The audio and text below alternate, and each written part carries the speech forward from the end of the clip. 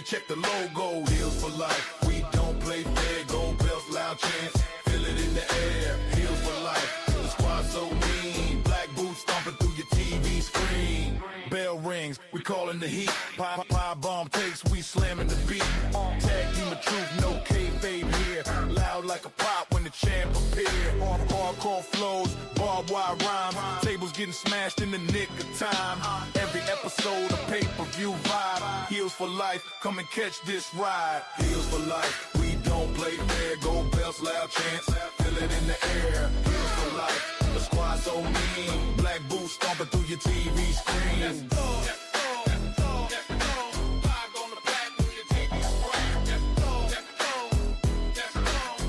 Yo, they jumping through your TV screen. Uh-huh.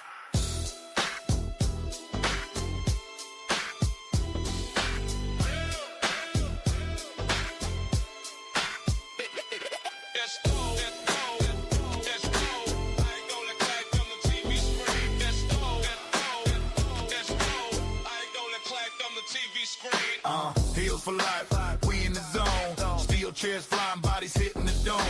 Pyro pop in the crowd in the rage. Wrestling's all gospel, we preach from the stage. No face turns, just healing it raw. Biting the rules, straight breaking the law. Mike in the ring, we cutting promo. Pie going platinum, better check the logo. Heels for life, we don't play fair. Gold belts, loud chants, feel it in the air. Heels for life, the squad so mean. Black boots stomping through your TV screen. Bell rings, we calling the heat. Pie bomb takes, we slamming the beat. Tag team of truth, no kayfabe here. Loud like a pop when the champ appear. Hardcore flows, barbed wire rhyme. Tables getting smashed in the nick of time. Every episode a pay-per-view vibe. Heels for life, come and catch this ride.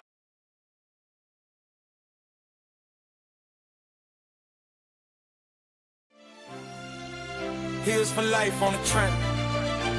You know what it is. Heels for life. Turn it up, let it bang. Heels for life on the track. You know what it is. Heels for life. Woo. Turn it up, let it bang. Heels for life on the track. You know what it is.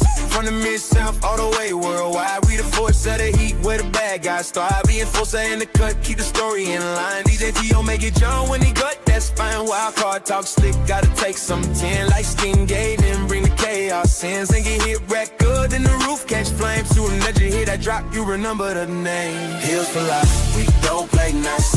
Every hot take feel cold as ice. From the belt to the mic, we define it hype. Turn it up, hit subscribe, it's Heels for life. Heels for life, where the legends ride. Every pop, every boot, we on this side. From the boost to the bikes, we define it hype. Turn it up, hit subscribe, it's Heels for life.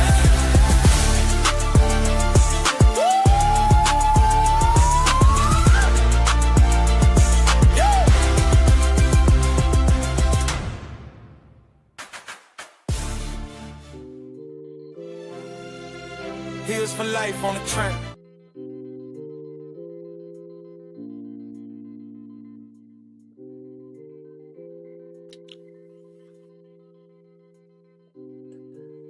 Okay, I see I'm the only one that know how to unmute. Everybody got to unmute. Once they muted. There we go. We live, baby. Miss, I was fucking that shit up though. What is he want? You want to eat all day. Yeah. You're hungry. I thought we was doing sound check for 15 minutes. Golly. Nigga, that was at 8. We Do you know what? what time it is? He told me 8:15. He said 8:05. That's what we, yeah. 8:15. I'm The show sure of started it. at 8:15 and then We gonna it's all good. Let me pull it up.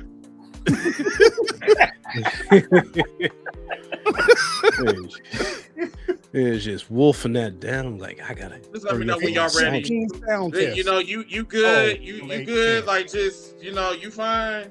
You fine. You good. I think it's time for the intro. That's what I think it's Okay, time. good. Oh, what's going on, wrestling true believers? It's a great day in Zamunda. My name is Chris from the Hashtag Heels for Life Wrestling Podcast on another episode of 320. Damn. It's already 3:20. I'm here. Light Skin is here. Mid-South is here. Ziggy's here. Enforcer's here. And of course, we got a returning guest, Mr. Barbro. He is back with us. Awesome sauce. So tonight, everybody, we got a healthy agenda. We are 6 days away from AEW Revolution, but we're gonna talk about that. That's gonna be our main event. We're gonna get the WWE shit out the way, get that shit trash out the way. Not trash, because it's all professional wrestling. Shit. Already. Already. $2 super chat. Mr. Willis. Thank you so much, Willis. All right, so once again, we're going to get this kicked off. We got 50 people already watching us already from all cross platforms. So yes, thank you so much. So yeah, a lot of shit from WWE this past week. So we're going to just get it all out the way. Ziggy, did you want to do news and rumors? I think we should just get that out the way now. For yes, sir. All right.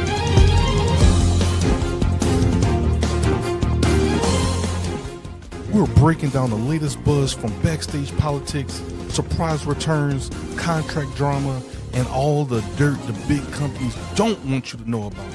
Whether it's AEW, WWE, New Japan Pro Wrestling, or any of your favorite indie scene companies. We've got the scoops, we've got the tea, and we might even have a wrestler to even talk about this. With a little bit of fantasy booking to spice things up. Grab your belts, lace up your boots, time to hit the ropes, because it's time for heel news and rumors.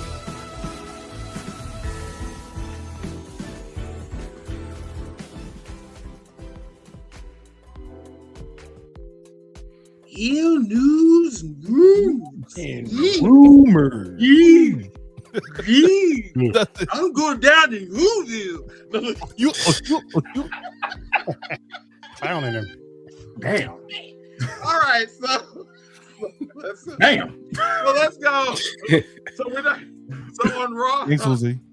we're not going to go through the whole entire card. We're just going to go through what was newsworthy. And I think the first thing that we really need to talk about is CM Punk versus Roman Reigns.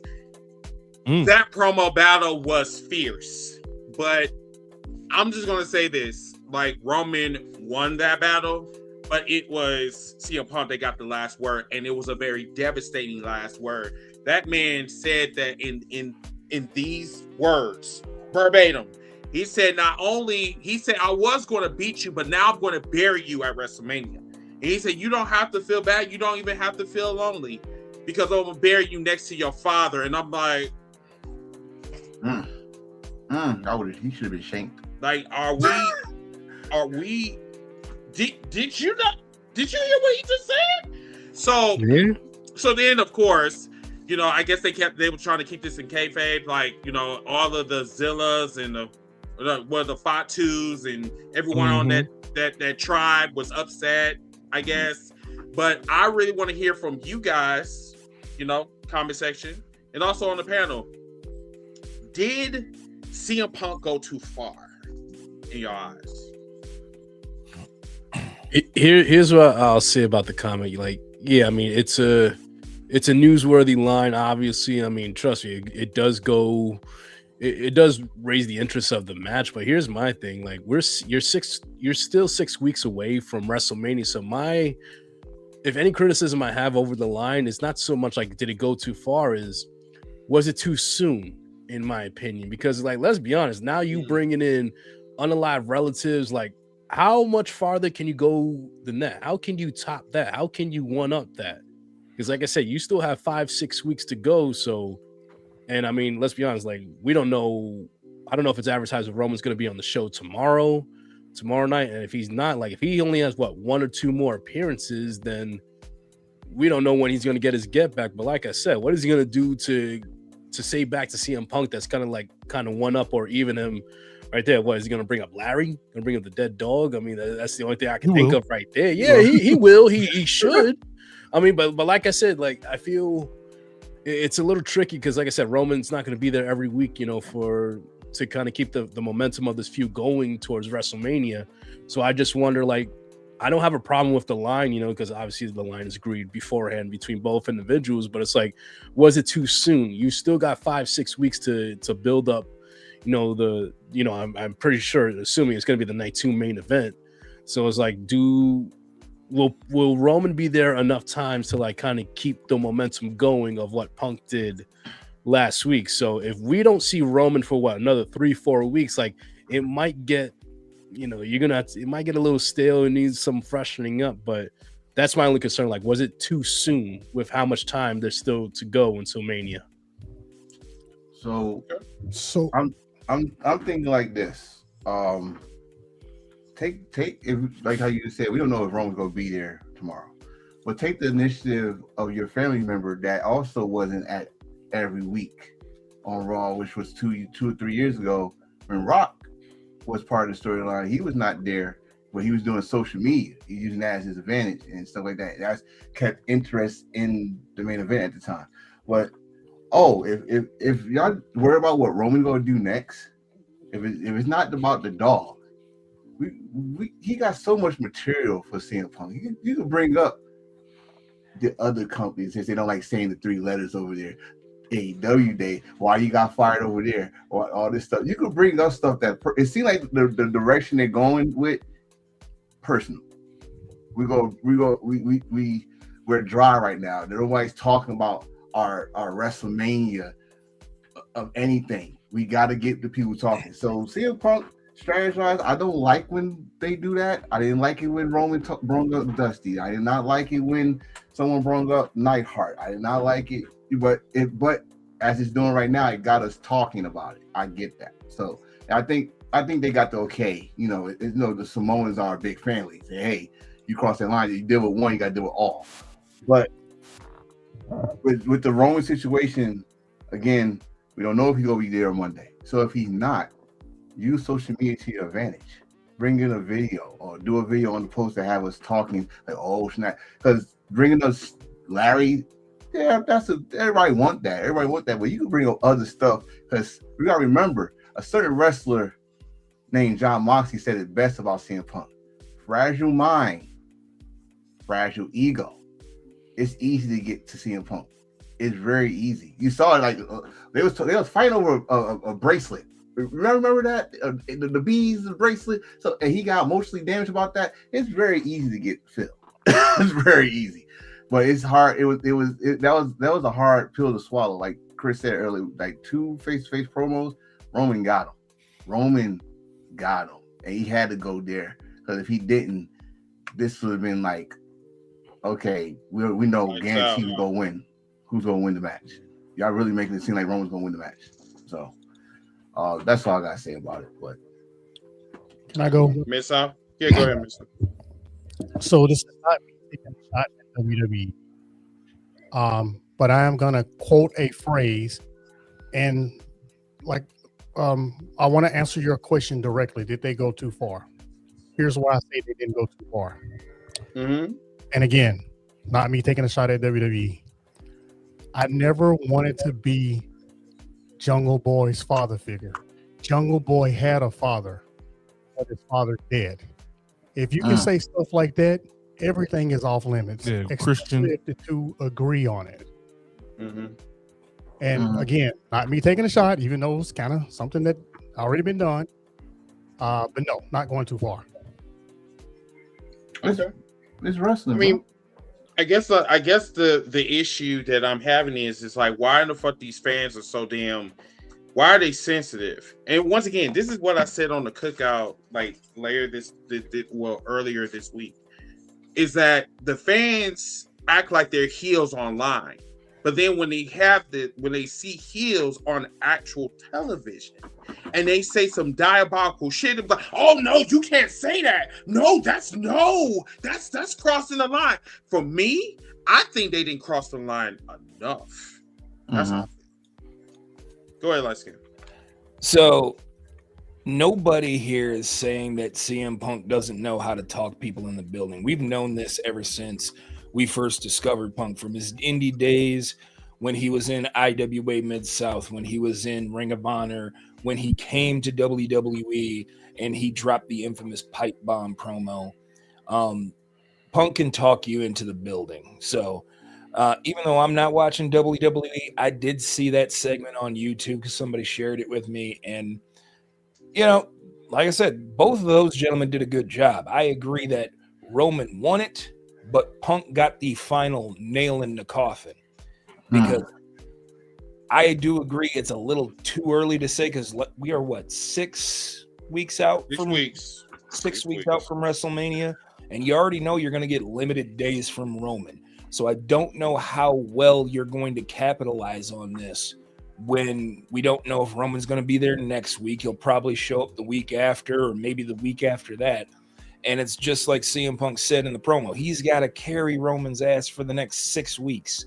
Which means he's going to be the one doing a lot of the talking, and we're only going to get, and that could be beneficial for Roman, because a lot of people cling on to what Roman says now, because Roman's promo skills have gotten much better since 2020. Yes. You know, we're past the whole suffering succotashes.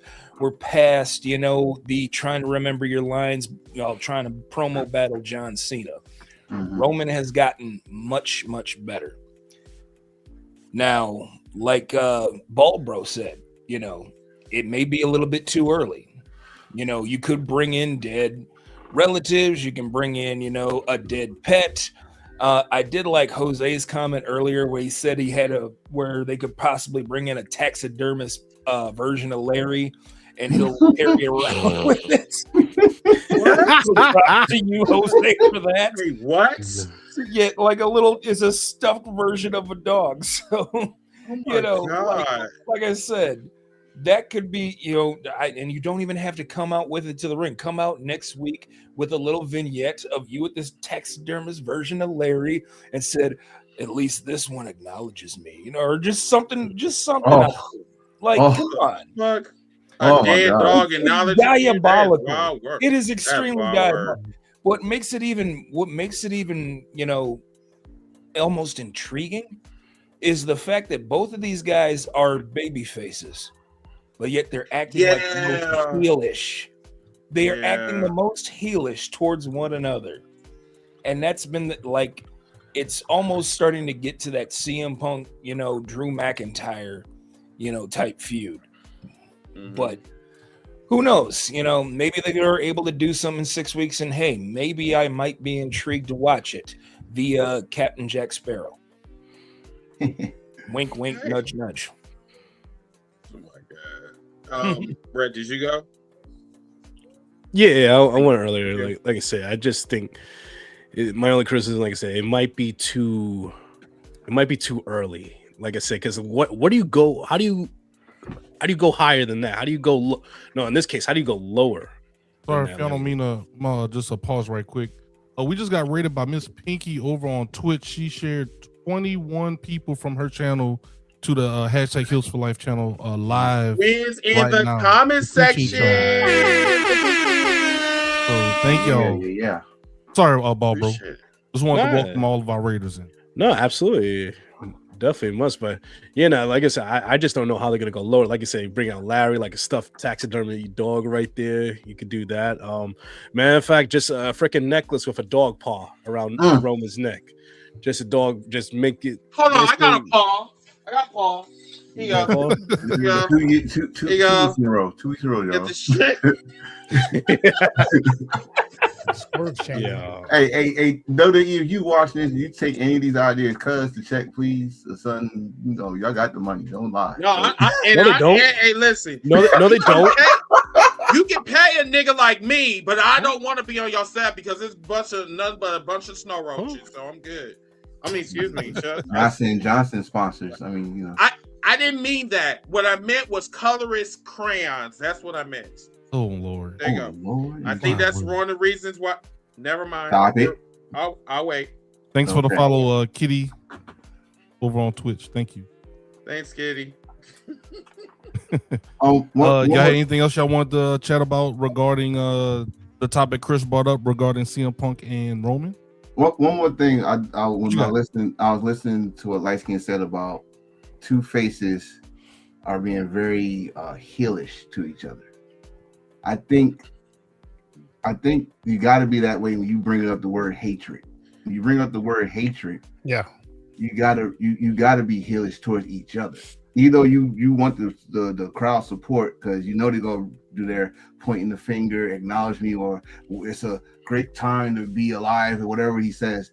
But to each other, you gotta give us interest, right? To this match.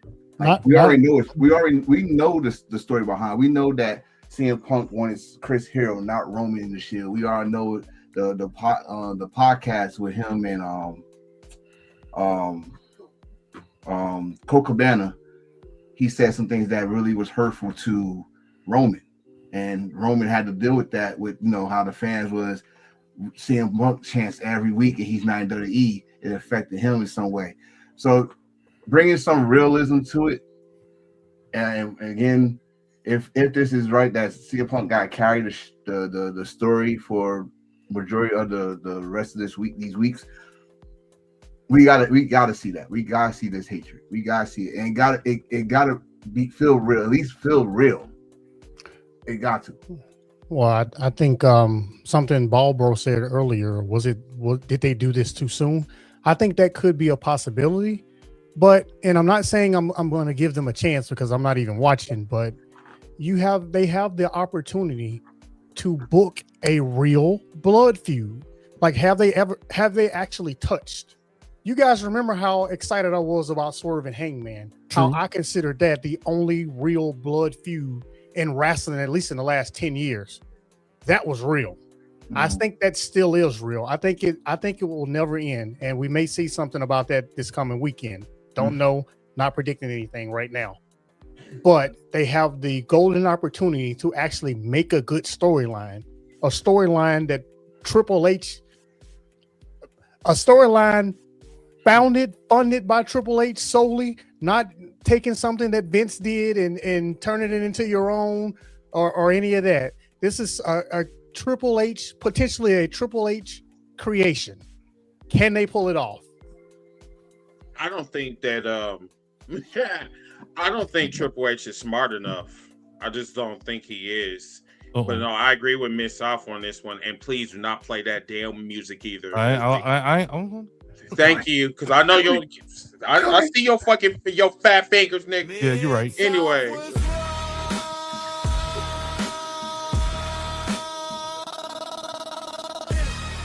We're gonna have a lot of that today. Are you done? I'm done. Thank you. For now. Genius. That guy is a genius. My bad, bro. I'm sorry. We got guests. Anyway. That was a bop right there. That was a bop right there. That was a banger, as the kids would say.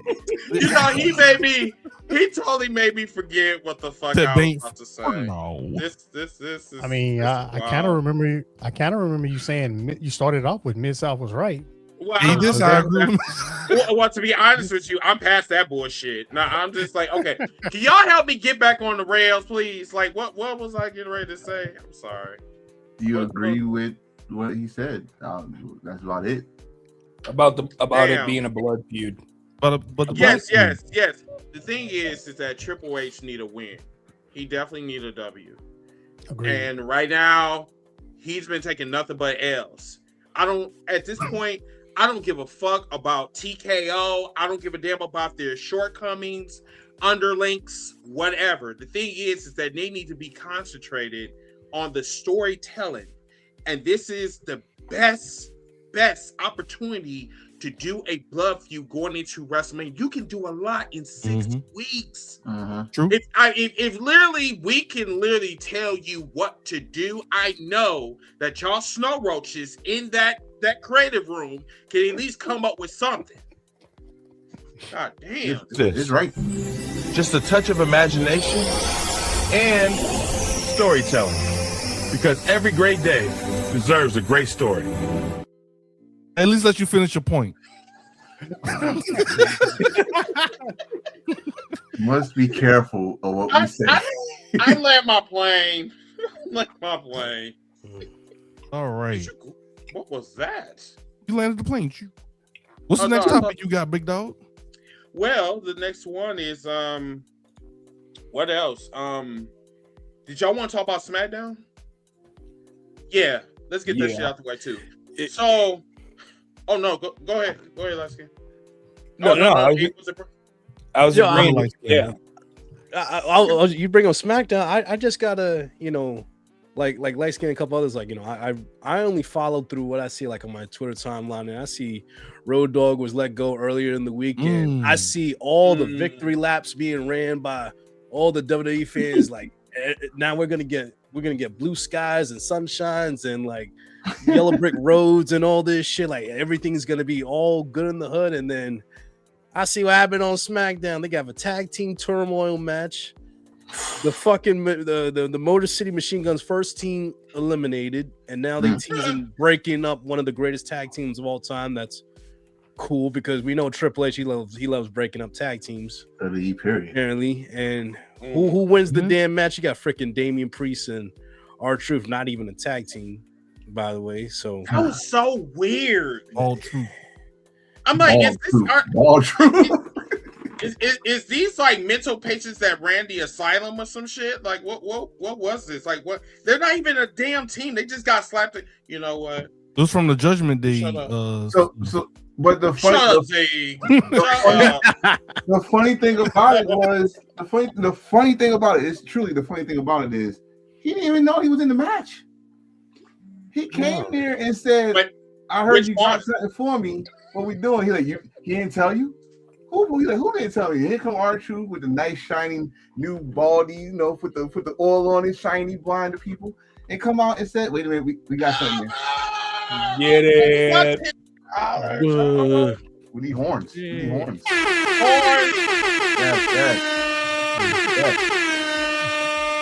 Appreciate it. We got a $10 super chat from Mr. Albert Choice. He said, "What's up, guys?" Appreciate that, bro. Appreciate that, bro. What's going on? Oh, well, yeah, it was funny. Like, he didn't even know what he had to do or something. All he said was, "Oh, I get an opportunity to go to WrestleMania." And then R-Truth come and said, "Yeah, we in trouble, bro. We in turmoil." I was like, "Oh no, oh no!" And they won. Like you got what's what's names the Cologne, not the Colognes, the Garzas. The Garjas, you had the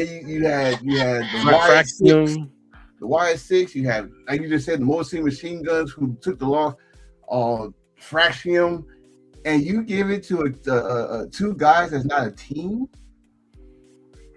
So what you just did was you gave it to Bebop and Rocksteady. No, you took the Miz out and replaced them with Damian Priest, a former World Heavyweight Champion. The Awesome Truth. That ain't gonna be awesome. They're gonna be Wappa. Like I said, that is Bebop and Rocksteady. And you know who is Rocksteady. Bruh. Yeah. I digress. Yeah. It's like playing Turtles in Time. But whatever. But that was the game, though. But SmackDown. I don't know nothing about that light skin, bro.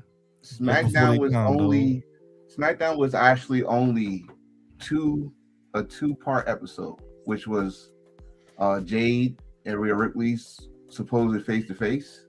Oh my God. And 150 dislikes of a title change. Yeah, that was going to be the next topic, the title change. But that's the only, bro. Yeah. That's the only thing that was worthy to watching SmackDown, because outside of the show, all you heard was a Twitter back and forth with Rhea Ripley and Jade, and for some reason Piper Niven and Chelsea got involved in it. Like that again, they're trying to put reality or whatever we know that's reality, because we only hear reports that Jade got heat within backstage, and now they're trying to make a story out of it. Like, no one likes her. Like, no one gives a damn about her, and she likes it that way. And I was not impressed. with the promo. I'm feeling like in that wrestling that said, okay, the promo was just like her wrestling. It was atrocious. Hey, we've been saying that since AEW, so very much so. But it's like motherfucker that. But why are we still saying that now though? It's been 2 years. What, 2 years now? She's been in WWE. Why? 2 years. 2 years, 3 days, 14 minutes, and 14.7 seconds to be exact, Brad. Well, bro, we've been saying that since the pandemic days. No, but I'm saying specifically with WWE, like, why is it that still the case when you are with the #1 promotion in the world? And yeah, like, she came from a place where, okay, like, she was trained a little bit by Bryan Danielson, but hey, listen, you can only do so much with, like, you know, she's just not that good in the ring. But why has she not improved in the ring with the #1 promotion in the company? Like, this company has no problems taking a shit on AEW every which way possible. But like, where is the improvement from Jay? Like, don't tell me the presentation. Anyone with like just a little bit of common sense can get the presentation right with Jade Cargill. Tony got the presentation right with Jade in AEW. He got that right. Like, so it was that's the easiest thing that WWE could have done with her, get the presentation right. But like, listen, like, we know Rhea is very strong. She's a very strong professional wrestler. She's gonna have to do the heaviest lifting in her career. Whatever night on WrestleMania that they wrestling to get Jade through possibly her best match in WWE. I mean, I would say that Naomi got her through her best match. Last year, last year during that's a good point. Yeah, I would say Naomi's done the best job, the best work with Naomi did. Yeah, her stuff was underrated. But bro, you forgot the company though. The company that says entertainment or whatever they do first, wrestling comes second. Here's the bigger question that I have for y'all. Why is it that every time that WWE brings in these AEW wrestlers, they are nothing but Control C, Control V versions of themselves? I can basically what they were in AEW, that's what they're being presented as now in WWE. Like Jade, like the bitches, I'm that bitch. That was in AEW. Ricky Saints is nothing but a carbon copy of himself from when he was in AEW. Ethan Page, carbon copy of what he was in AEW, or pretty much what he was on the Indies. Mm-hmm. Same thing with Blake Monroe, carbon copy. All of these people that have come over from AEW have been nothing but carbon copies of what they were from the prior promotion they were in. Hey, I want to give a shout out to Cyrus Payne, the chef in Milwaukee, Wisconsin. What's good, Cyrus? What's good? He's a huge wrestling fan. I love him to death. Hopefully you're doing great, bro. He said that they have to treat her like they did the Ultimate Warrior. Nigga, don't do that. Don't do that. 3-minute squash matches. Don't do that. Bro, I see where Cyrus is going with that, but then see, the thing is, like, what worked in the past might not work in the future. I think the biggest issue with her is that her ring ethic or her worth ethic in the ring, it's not there. It's just simply not there. And she gets mad when she's being criticized. We want you to get better. We wanted you to get better when you was in AEW, but once again, she had that badass attitude, and then she said she liked when people are mad at her. Like I said, she's very toxic. I don't give a fuck. At this time, I don't give a damn about the presentation. But what I really wanted to say was, it's really bad that Rhea Ripley and Naomi have to carry your ass, and you supposed to be so-called that bitch. You that bitch that needs to get with the motherfucking program. That's what she needs to do. And she have not been doing it. She been wrestling for 7 fucking years. She been in WWE for 2 years. So when someone say, oh, well, when she go on the biggest platform, when she goes to WWE, she's going to be better than what she was before. No, bitch. Has it really been 7 years? Yeah, she started in the pandemic. So, I mean. Oh, my God. We in 2026. You ain't lying. Bro. Remember what I always say about her? We watched her. Not in no performance center, not in no dojo. She started in front of our eyes. Yeah. Like literally Bro, I wrestling in don't. front of our eyes. In AEW, the Cody Rhodes, Brandy, or was it Red Velvet stepped in for Red Brandy. Velvet? Yeah, against Shaq and her. That was her Mhm. first Bro, match ever. Yeah. she might be a finished product. This might be as best she can get. Bro, Let's be honest. I think she's That's like bad. Gustav just said. I think she's peaked. Like, because it's just also like you could just from an ability standpoint, does she want to get better in the ring? Like, I mean, because I'll tell you what, right now, if she was putting in that work, like let's say in the Performance Center and NXT on her off days, you don't think WWE would be making a bigger deal after she's putting in the work 7 days a week, or like They'll be highlighting it. We see everything Yeah. is behind the scenes in WWE, like whether they're working out or in the ring, taking bumps or training and whatnot. If Jade was doing that, you don't think they would be featuring that on Raw and SmackDown every week, a couple of minutes on TV, like just showing off the work? And it's the perfect opportunity. You got 6 weeks to WrestleMania. Show that you're putting in that work right now. The biggest match of your life. I mean, it's an easy layup. But then again, that bell got a ring. Whether it's night 1 or night 2, that I don't care how good the story is. I don't care how good the presentation is.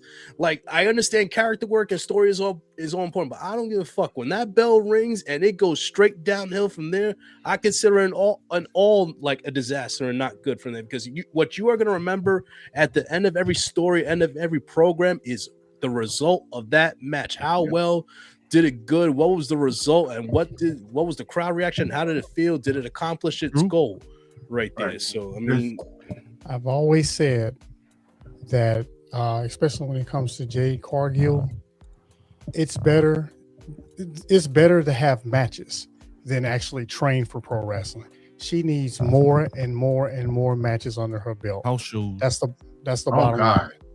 I mean, if you guys remember Mariah May when she signed with AEW, not the person that's in WWE right now, but the one that signed with AEW, it was reported that she had like 100 matches in a 6-month span right before she signed with AEW or something like that. Why? Because she hit the New Japan dojo and they had her wrestling 2 times a day in some cases. Reps. That's what Jade Cargill needs. That is the only way. She's a finished product unless she undergoes something like that. Yeah, because if you think about it, Miss, how she's done Cody's Nightmare Factory and she's done Natty's Dungeon. Mm-hmm. That's right. Only other thing I think she needs to go to I think if New Japan can't get her right, then I don't know what else to do. I also want to say this. I'm gonna be quick. So it was one thing that she said that I don't even want to like stroke his ego right now, but Mid-South was right when he said this shit. oh shit. So I didn't even play the fool. I just did the little. So Mid-South, I mean, like when she said that she doesn't believe in Professor. I really don't remember the quote, but she said on lines of like, wrestling. I'm only using wrestling to get to Hollywood. It's like when you say shit like that, that's basically you only doing the bare minimum, so Hollywood can see you. She already got she's appealing when it comes to like her appearance. But as far as the wrestling, I don't think she really gives a fuck at this point. I mean, you heard what Bailey said, right? Bailey said cosmetically appealing. Yeah, that's what I was trying to say. Well, Bailey said that it's like her and maybe one other person goes back and watches the matches. Oh yeah, right. Yeah, right. She says that a lot of the people now, they have their match and they hop in they take their shower and they hop in the car and they're going. So it's kind of like no one's a student of the game anymore, and part of it is because they're getting these college athletes, NIL athletes, and people Also like Bailey and people like Seth Rollins, who's another one that sits in Gorilla. They're students of the game. They've been wrestling fans. They make a whole lot more money nowadays than they made with the previous regime. Like if you're talking about like back in the day, why people didn't do that, because they had to make sure they get to the next town. But y'all don't have house shows no more. And when I heard, I don't know which one of y'all said it, but that's where you used to perfect your craft during the house show. No, miss out.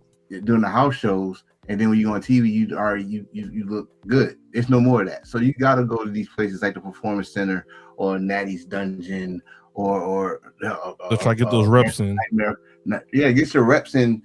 But at the same time, like Miss Saw just said, all you do is come in, walk, whatever you got on, got the belt, try and get the mic for like a minute, say what you gotta say, and that's appealing to the WWE office. Like, listen, they go by views now. They don't go about the action no more. Oh, do you see how many views she got when she just? They don't care no more. That's true. They don't care no more. Yeah. Because if you really care about your YouTube product, money, if you really care about your product, which is supposed to be the wrestling product, you get that girl some reps. I don't care if she got to face a local indie person that's there for just $50. This is killing me. This is killing me inside. Because if you're worried about views and all that, why give her the freaking title? And that's the thing. And they're not worried about, how people view these views, like whether it's disliked or whether it's liked. Oh, man. They just care about that number that says viewed. What's the old saying? Mm-hmm. Good publicity, bad publicity is still publicity. And that's what they live by. Man, honestly, man, fuck that bullshit, man. Like, I mean, if you sit up here and doing the same bullshit, okay, cool. Let's talk about last year. I don't want to get off too far off. Yeah, bro. But let's talk about the goddamn John Cena retirement tour. That's really great for publicity. That was negative publicity. And what happened? What happened with John Cena? John Cena is now a meme after 25 years of kicking and scratching and sacrificing his time with WWE, only for him to be celebrated as a fucking sleepy meme. Like, how does that work? I think that there's levels to this shit when it comes to, publicity or whatever, or good publicity, bad publicity. I think there's levels to that. I think we just use that as a scapegoat to hide the true issue of what's going on. Man, that's how I feel. And I have a perfect segue for that, Chris, because you and Lightskin perfectly teed up the next topic about likes, about how things are perceived online, because something happened on, this is the last topic before we switch to AEW. This happened on SmackDown, and this is the most disliked YouTube video of the year. Cody Rhodes defeats Drew, who is doing, once again, the best work. I think even if Miss out were to see some of Drew McIntyre stuff, he'd be like, all right, not bad. Drop the belt. And Cody Rhodes is now going into WrestleMania as the champion, versus Randy Orton now. Man. When I tell you, you can't make this up. Nigga, I forecast this shit 3 years ago. I told people this. I said he's gonna be the shiny toy that y'all gonna be glazing and be moist over. But once that honeymoon is over, that's your end result. But damn, to get the most disliked, and this is your champion? This is your king? This is the person that's supposed to be leading the WWE into the next millennia? Like, seriously? I mean, really, y'all WWE fans really need to wake the fuck up at this point. Like, seriously. But Chris, Miss out, Enforcer, Ball Bro, Lightskin. We're only in March. Oh, no. Most disliked of the year? No. Already? But this has been an ongoing thing, my nigga. Yeah, this has been ongoing. This is what what they say. Still running it up. But this is what what they say. Don't let nothing build inside you, or it gonna come out at the wrong time. This is what's been building up, and these fans like, okay, y'all finally put the belt on Drew. He deserved it. Blah blah. At least come into WrestleMania as the WWE champion. Listen. I wanted this shit 2 years ago. I wanted this match 2 years ago at WrestleMania.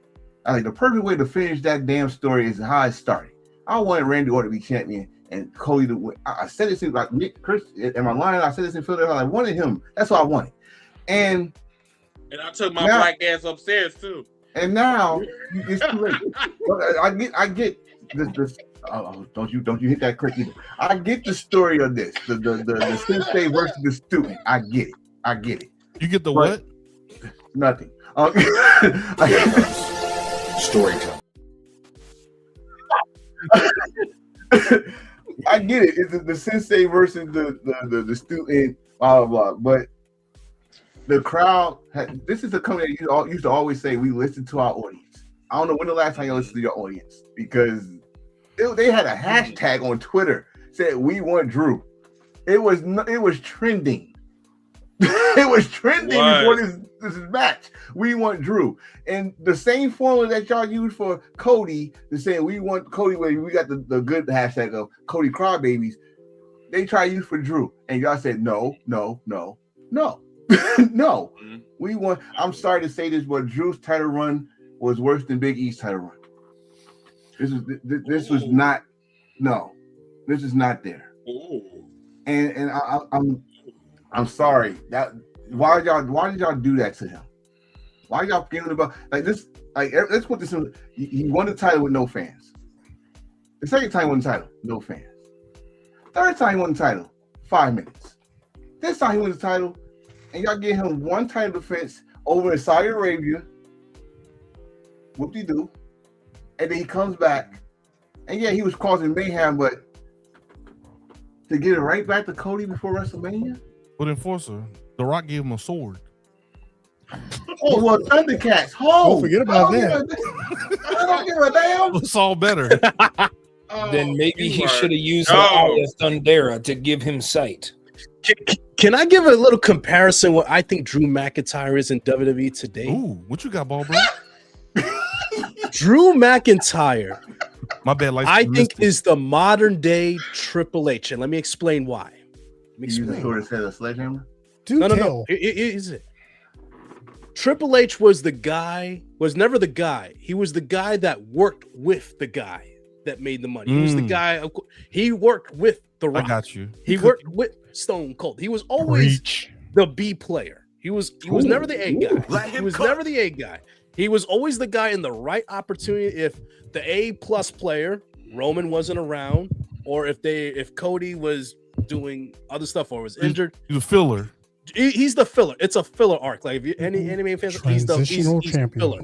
He is a transitional champion. Drew has all the tools to be the number one guy. He has all the tools. I think we could at least all agree, whether we watch the product or not, that he, how do you say, he has all the tools to be a number one guy. But whether it was Vince then or Triple H running the show now, they treat him like a B+ player. He is a filler. He is the modern day Triple H. He works with the guy. He is the number one transitional champion. He is the guy that will get you to where they really want to go. And with all due respect to anybody who wants this, who, like you said, I think Enforcer, you said you wanted this match 2 years ago, Cody and Randy 2 years ago.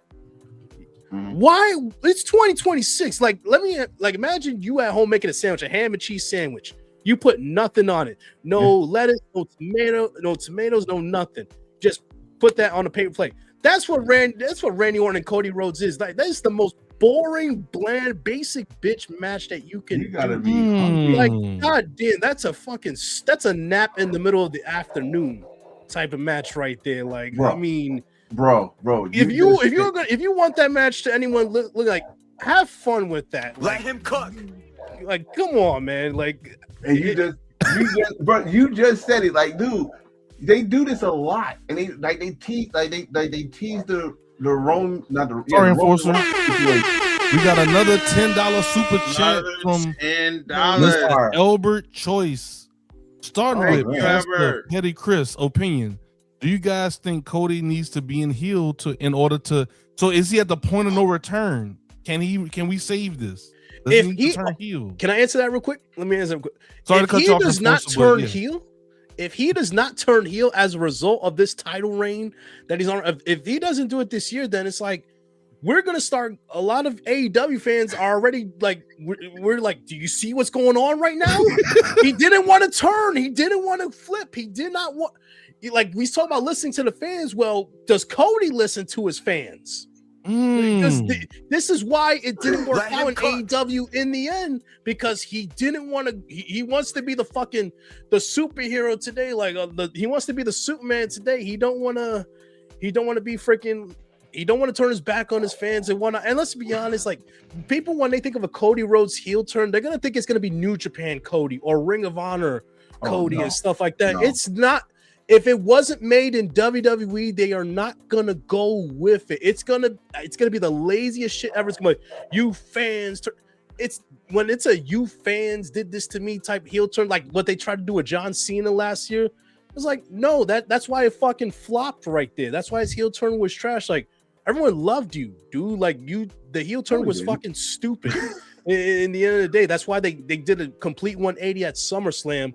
For his match with Cody, like no, it's gonna be stale as fuck. Like it ain't gonna be New Japan Cody or Ring of Honor Cody. Like I'm glad for that. Chris, you all right? Thank you, Brad. But he said he was starting with me. Oh, I'm so sorry, man. You just came in. It's just you just came in. It's just no, let me go. I'm like, oh, okay. The facial expressions this man was making. You just came in. Yeah, it's like the facial expressions he was making, like he's about to reach over his window. Nigga, when you That's not what I meant. That's not what I meant, everybody. I didn't mean that comment. Wait, hold on, light skin. We gotta cue it up. All right, hold up. Reset, bro. I got you. I'm sorry, Chris. Okay. Ball boy ain't seen this yet. All right, hold on. I promise you, I didn't mean that. I didn't mean that. We got tag team finishing moves and shit on the panel now. No, I'm fucking with Brett though. No, my Brad literally just said what I was gonna say, but I think the biggest issue with Cody is that Cody should have stayed with Stardust. I think that would have been better for him. When I look at him, and this stop laughing. When I look at Cody Rhodes, I look at a mid-carder. I don't look at a main eventer. I mean, he's just like Jey Uso. He's nothing more than an entrance. He's nothing more than America's Next Top Model. That's just going down the walkway with glitter in his ass and all this shit. Pause. And that's just really how I feel. Oh wow! Glitter's an ass. He said glitter on his ass. He said that. Yeah. It's like crazy night right there. How I get there? Shit going on. Anybody else got some thoughts on this? Oh God. I let my plane. Listen. Like I think Brett. Hell, I think Light Skin. You said it one time. You're not getting Bullet Club Cody. You're not getting Ring of Honor Cody with the fur coat. You're not getting TNA. If you already know, y'all know TNA Cody when he gave that young lady $40. You're not getting that. You're gonna get. I thought it was 20. No, it's 40. It was 40. He said it was 20 more that they were going to pay her. Yeah, I mean, you're not getting that. You gotta understand. You gotta understand where you at, what you're watching. And WWE, I don't know which one y'all said it. So, but credit to you. If it wasn't created in that company, they might mention it nowadays, but they're not going to do it. They're not going to do it. They're going to try and make their own version of Cody. And Cody is not dumb. He gonna know what he's been in that company for, so he already should know how to be a heel in that company. So, but you can't be a babyface and a heel at the same time. You need to choose one or the other. You can't do the John Cena shit. It worked for John Cena, but it's not going to work for you. Roman tried that bullshit talking about it doesn't matter if I'm a heel or a face. I am the man, or some shit he was saying. And you see what happened there. The Tribal Chief came out and found out, oh, that's where you got to go. Cody or Stardust or Dashing or whatever version he need to bring back to be the heel with the mask and go crazy with. That's what y'all gonna get. Now that mask, the Cody with the clear mask that was handing out the brown paper bags, I still say to this day that was my favorite Cody Rhodes right there. The Bullshit Mankind, Cody Rhodes. loved him. That brought out a viciousness in Cody that he didn't have before. Like he got real nasty with that. That was my favorite Cody right there, personally. I like that Cody because he brought my title back, the version that I love. So that's the one. I like conceited Bully Club Cody. That's what I was about to say. But you're not gonna get that. You're not gonna get that. One that had the infamous promo with Hangman Page. Let me ask you this. With that being said, whether he turns as a heel, is that peak Cody Rhodes in WWE? I'm not talking about anywhere else. I'm talking about WWE. Is that peak Cody Rhodes? I can't say that because it remains to be seen. And the only successful way to go do that if he does, they got to do it at WrestleMania. He got to be vicious here because you already know that Randy, how he got the title shot, had to go killer mode and get at them. So now he know that, hey, I gotta put my evil side on here to beat you because I can't be this goody two shoes with you no more because you already RKO me out of nowhere. I'm not doing it. Here's the. I'm sorry. Go ahead, Mister. I was just gonna say, here's the best way to Cody Rhodes heel turn. Do the heel turn exactly like the John Cena heel turn, and then everything after that, do the exact opposite. So I want to add on to that. I think instead of Cody winning the title on SmackDown, the heel turn should have happened at WrestleMania. So then that way we know what the end game is, but now we're going into a new season. Because now there's both faces that is going to be competing for the WWE Championship, and we need a storyline, and we need something entertaining. This is too soon. You can't build up this within 6 weeks. Like you can't. Like there's so much like material between these two, and I'm just like, why you just didn't do this at WrestleMania? Why don't you just put Drew? If Drew was going to lose the title, lose it at WrestleMania. He'll get at some other time. But at the same time, I'm like, you did this shit just to like what? To make Orton and Cody feel good? Fuck the bullshit. I don't give a fuck about this match now. Not to mention, like, okay, I'm probably the only one that was watching it, so I'm going to just say it. They've been teasing this shit since King of the Ring. They've been teasing it since King of the Ring. Every time Cody was with Randy look at him and look at the belt. Okay, now I do remember that. Okay, right. Then the King of the Ring episode when he beat Randy to get the title shot against John Cena, Randy looked down like, I should RK your ass right the fuck now. Yeah. But he walked away. He won the belt back from John Cena. Next thing, they shaking hands, hugging, hug your brother. But Randy, look at that belt. No, 15, I won it. I get that part. Right. They don't do it like they used to. It's like they putting seeds and they say, okay, since y'all eagle eye fans, y'all think y'all know everything. Just like how they do a story behind an interviewer. You see something behind them, they want you to pay attention behind the interview. Like, oh, what's going on back there? They're doing that now, which, I mean, unless you have not watched WWE in a long time, you would know that the history is already written there. Like, who was Cody's very first main roster opponent? Randy Orton. It's already written. I mean, come on, you can't fumble this. You can't. I mean, you're leaving breadcrumbs, but you're not following up. Matter of fact, case in point, Sami Zayn.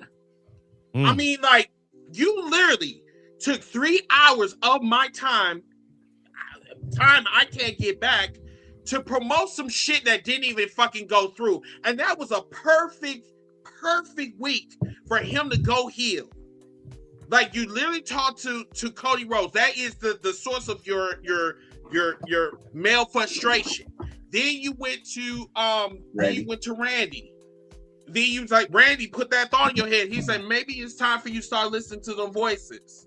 That should have been a perfect time for him to interfere in the main event. Yeah. So then way they could get their little 4-way, 3-way, 4-way, whatever. And it would have been perfect. Shut up. Where's Ted DiBiase Jr. when you need him? Yeah. Oh, he's going to jail. He's going to jail. Let me add this right here before I forget it. Yes, sir. So shout out to Ladybug who brought this topic up on her podcast. Where they were basically saying, should Cody Rhodes go heel or not? And she shared the segment on TikTok. I commented on it, and I'm gonna say it right here too as well. Cody Rhodes is not turning heel. Cody has been in business for long enough to know what works and what makes the most money and how he should be perceived as. And one of the people who he's grown close to is John Cena. What did John Cena say when he was going through his rise into superstardom? I cannot turn heel.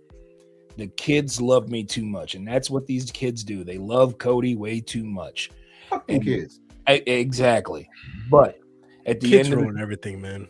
They do. And that's basically who WWE markets their product to, is for children, because they know their parents are going to spend the utmost amounts of money to buy them Cody Rhodes merch, to buy them anything Cody Rhodes. You know, he's one of the top sellers and one of the top merchandise sellers. So Cody Rhodes is not going to turn heel. And if he does, well, hang on, let me get this out here too. If he does, like Bald Bro, like Enforcer, like everybody on this panel said, we are not getting Bullet Club Ring of Honor Cody. It is going to be some stale, dry, bland, where they make references to the Bullet Club. And if I was in New Japan, I'd pull out a pocketbook and I'd go get a lawyer and I would hit WWE in the pocketbook, seeing since WWE is the one who had to copyright the term Intercontinental Champion to basically make New Japan get rid of their Intercontinental title. Yeah. So as far as I'm concerned, Cody's never turning heel. Yeah. He's going to be the John Cena of WWE. Which is so what I'm he tried to be in WWE. I'm gonna counter that real quick. So the thing about it is that so you're basically a 2.0. You're not a leader, you're a follower at the end of the day. So why the fuck are you you're acting like this leader and you know that you are not. You're portraying to be something that you clearly are not. You're trying to be your hero and you see what they did to your hero last year. You know what I'm saying?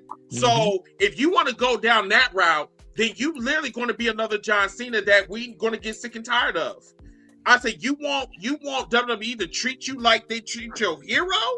Like this shit doesn't make any fucking sense. Maybe you should get that tongue out the fucking way, because like all what you saying right now is nothing but it's not coming out right. I think once again, I think Cody does not know what Cody wants. I think that's what that is. He wants a title, but he doesn't know what he wants to do with his career. And I'm sorry, he needs to turn fucking heel, because guess what? It did wonders for Roman Reigns. Yes, wonders. Yeah. For him. If Cody, I know we want to get to some other business, so let's say this for Cody. If Cody wants to be different from John Cena, this is his opportunity. John Cena didn't turn heel when he had a perfect opportunity to do it at WrestleMania 29. I think that was in Jersey. When he beat Rock for the title. He had a perfect opportunity to do it probably the year before that. And pretty much, I don't know how many times he had opportunities, but if Cody want to be different, there should be the perfect opportunity for him to turn heel. If he don't turn heel, I know Randy had no problem turning heel and punting his head off for that WWE title. So we might get one or two things. Cody turn heel and get a stable of his old AEW buddies, Royce and maybe a move up Ricky Saints, because that's his buddy too. Or we go get the Viper, the Legend Killer, who said I would do anything to get number 15. That's the only thing we can go with. Right now, we just talking and putting our ideas out there in the air. So before anybody get butthurt and say, "Oh, these dudes don't know what they're talking about," again, 1, 2, 3, 4, 5, 6 guys are fans of wrestling, and we just come up with some ideas that we've seen over the years of wrestling. And I like the fantasy book me. I'll be like, look, get Cody, Ethan Page, get Ricky Saints, start a stable at WrestleMania. They already teased it. Hill. They already teased it. Don't remember the little Spider-Man pointing in throw Jade in there too. They interfere in each other matches, you know. The AEW Call them the Nightmare Factory photo from Saturday night's main event. Yeah, they already teased it. So I mean, right now we just giving you ideas. If they come true, I mean, hell, good for us. But again, if he turns heel, don't expect what y'all want because it's not going to happen. It's not. Also, everyone, we have over 100 people watching across all platforms. But we only got like 2 likes on really? Facebook.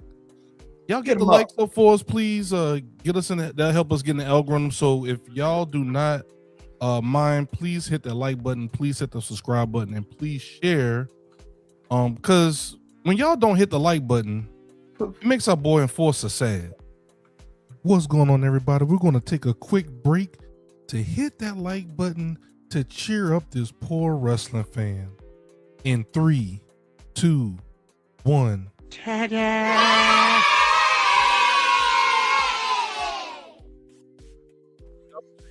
Make sure y'all hit the like.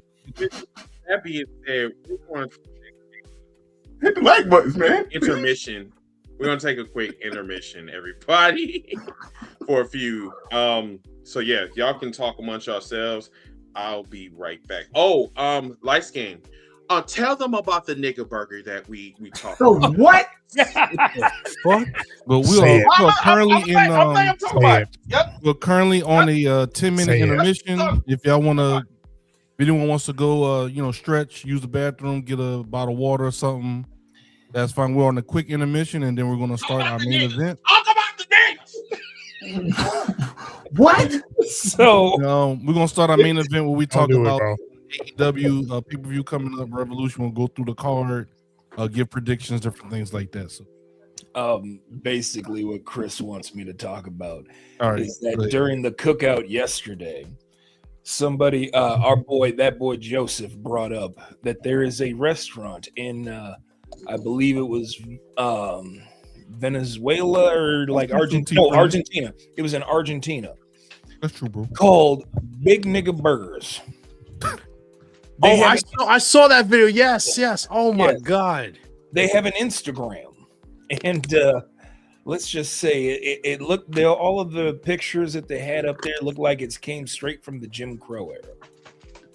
So they had a burger on a black bun, and it had a smiley face on it. It said, "I'm just happy to be here." Oh hell no! I don't know how to feel about this. I don't either. Yo, it's like I said, it's where? It's in Argentina. Yeah. I thought this was something in America that like somebody was just trolling, like black people trolling or no. And I basically said it like this. Aries Spears put it best. He said that the white tea community has pulled off the biggest Jedi mind trick, the biggest genjutsu, so to speak, in making people believe that we are to be feared and that we are a problem. And for almost 400 years, 500 years, y'all made people believe that to a point. And we have been trying to get out of this stereotype for the last 400 or 500 years. Yeah. Man, like, listen, I tried to look this up on Gemini, and it said results were not found. So I'm just like, maybe I got some damn STDs in my computer. So let me just check again. And I even did it in another language too, and it just said results not found. So I went on Instagram and I looked at the shit, and then the nigga was right there in front of me. Pause. Yeah, I'm like, what the fuck is this? But this is the most diabolical part, everybody. There was a little burger There's a big burger. There's a medium. No, excuse me. Let me go back. There's a little nigga. There's a big nigga and a medium nigga, and these are burgers that they named. As a matter of fact, on the limo 4 wrap, it said nigga. That's some diabolical shit. Like what are we doing? They didn't say, I don't know if Light Skin brought this up, but they talk about their restaurant is in one of the most roughest places in Argentina. First of all, I didn't even know what the fuck Argentina was. I thought it was some tuna fish. That's what I thought it was. I'm just playing, y'all. Just playing. But yeah, I was highly offended. Yeah. Yeah, that is pretty offensive. Yes, very. But you know how it is with black folks. We are always made to be caricatures. We're always be made I don't know. They always take from us. They always like to make fun of us, but it's because they want to be. But you know what at the same time, Ziggy, it's like that's why I try to get like black people to understand that it's not cool to be made fun of. Yep. It's not cool to be like pushed aside or whatever and be treated like animals. I think Light Skin, he had put out a video. I don't know if it was Light Skin or somebody else, but it was these girls that was riding a bike and it was in the white neighborhood, and these white kids came over her and threw a rock at her and said that you niggas need to be over here. That shit was, y'all gotta understand, like, this shit is harmful to us. Like, y'all might not care, but we care because this is affecting us as people, right? And we've been dealing with this for all of our lives. So when someone black tells me that they have never experienced racism and they just as dark as me or probably even darker, our truth, that's insulting my intelligence. Mm-hmm. And that's why I'm really hard on these black folks. I believe in accountability all across the board, whether I'm cool with you or if you're my favorite wrestler. I believe in accountability because that needs to be corrected. This nigga house nigga mentality, it needs to change. It needs to change in a hurry. I don't know where this came from, but it's gotten worse over the years ever since Trump has been in office. It's gotten worse and worse. It's like I'm talking to a toddler. But even a toddler is more smarter than your average adult. You know? The only difference is they don't know from right from wrong, but adult does. And it's wild, y'all. Like, it's crazy. That's why whenever I hear people sit up here and say, oh, it's not that deep, trust me, you haven't lived our experience. You know, whatever Brandy told Cody all them years ago, yeah, you see my skin color, but you don't know my experience. Mm-hmm. Basically, a whole lot of you don't know our experience. And yes, what Chris said, ever since Trump got into office, a lot of y'all's internal hatred has been coming out slower and slower, but it's been getting louder and louder as the years progress. And this is both, this is both black people and white people. Black people, black men are starting to hate black women. And this started, man, I don't know if y'all are on TikTok, but there's a lot of this black men versus black women. One said that the women was trash, they ain't shit. And then you got the woman that said, hey, what woman raised you? Where's your mom? What do you bring to the table? Yeah, this always is back and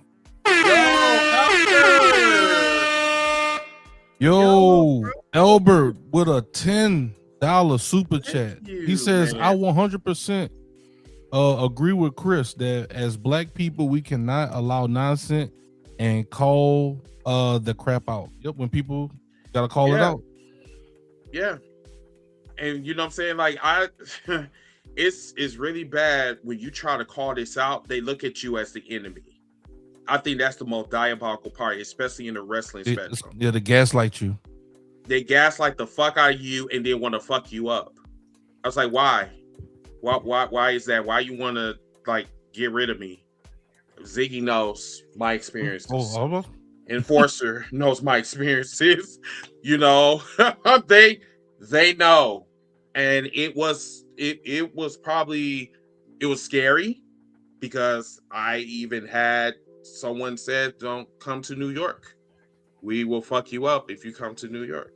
Just because I said that there needs to be some type of correction. Yes, I was upset, but I was being a friend too, because like I said, I was standing up for my community. Some people want you to be quiet and be silent.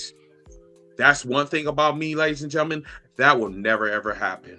You're gonna have to whoop my ass in order for me to be silent. And even if you whoop my ass, I'm still gonna talk my shit. Just what it is.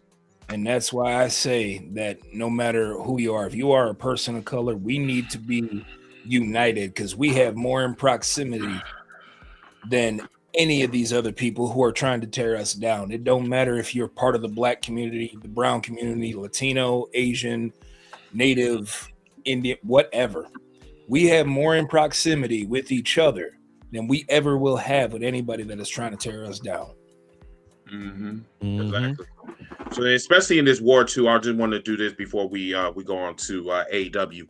AEW is gonna be fun. This segment is gonna be fun, y'all. Also, we're gonna talk about Ring of Honor, and I think that's where we're gonna hand it to Big Bro. I just want to just say this, everybody. There is a war that's going on in the Middle East right now, and it's affecting my job. Because there's a lot of applicants that want to be certified and they can't because their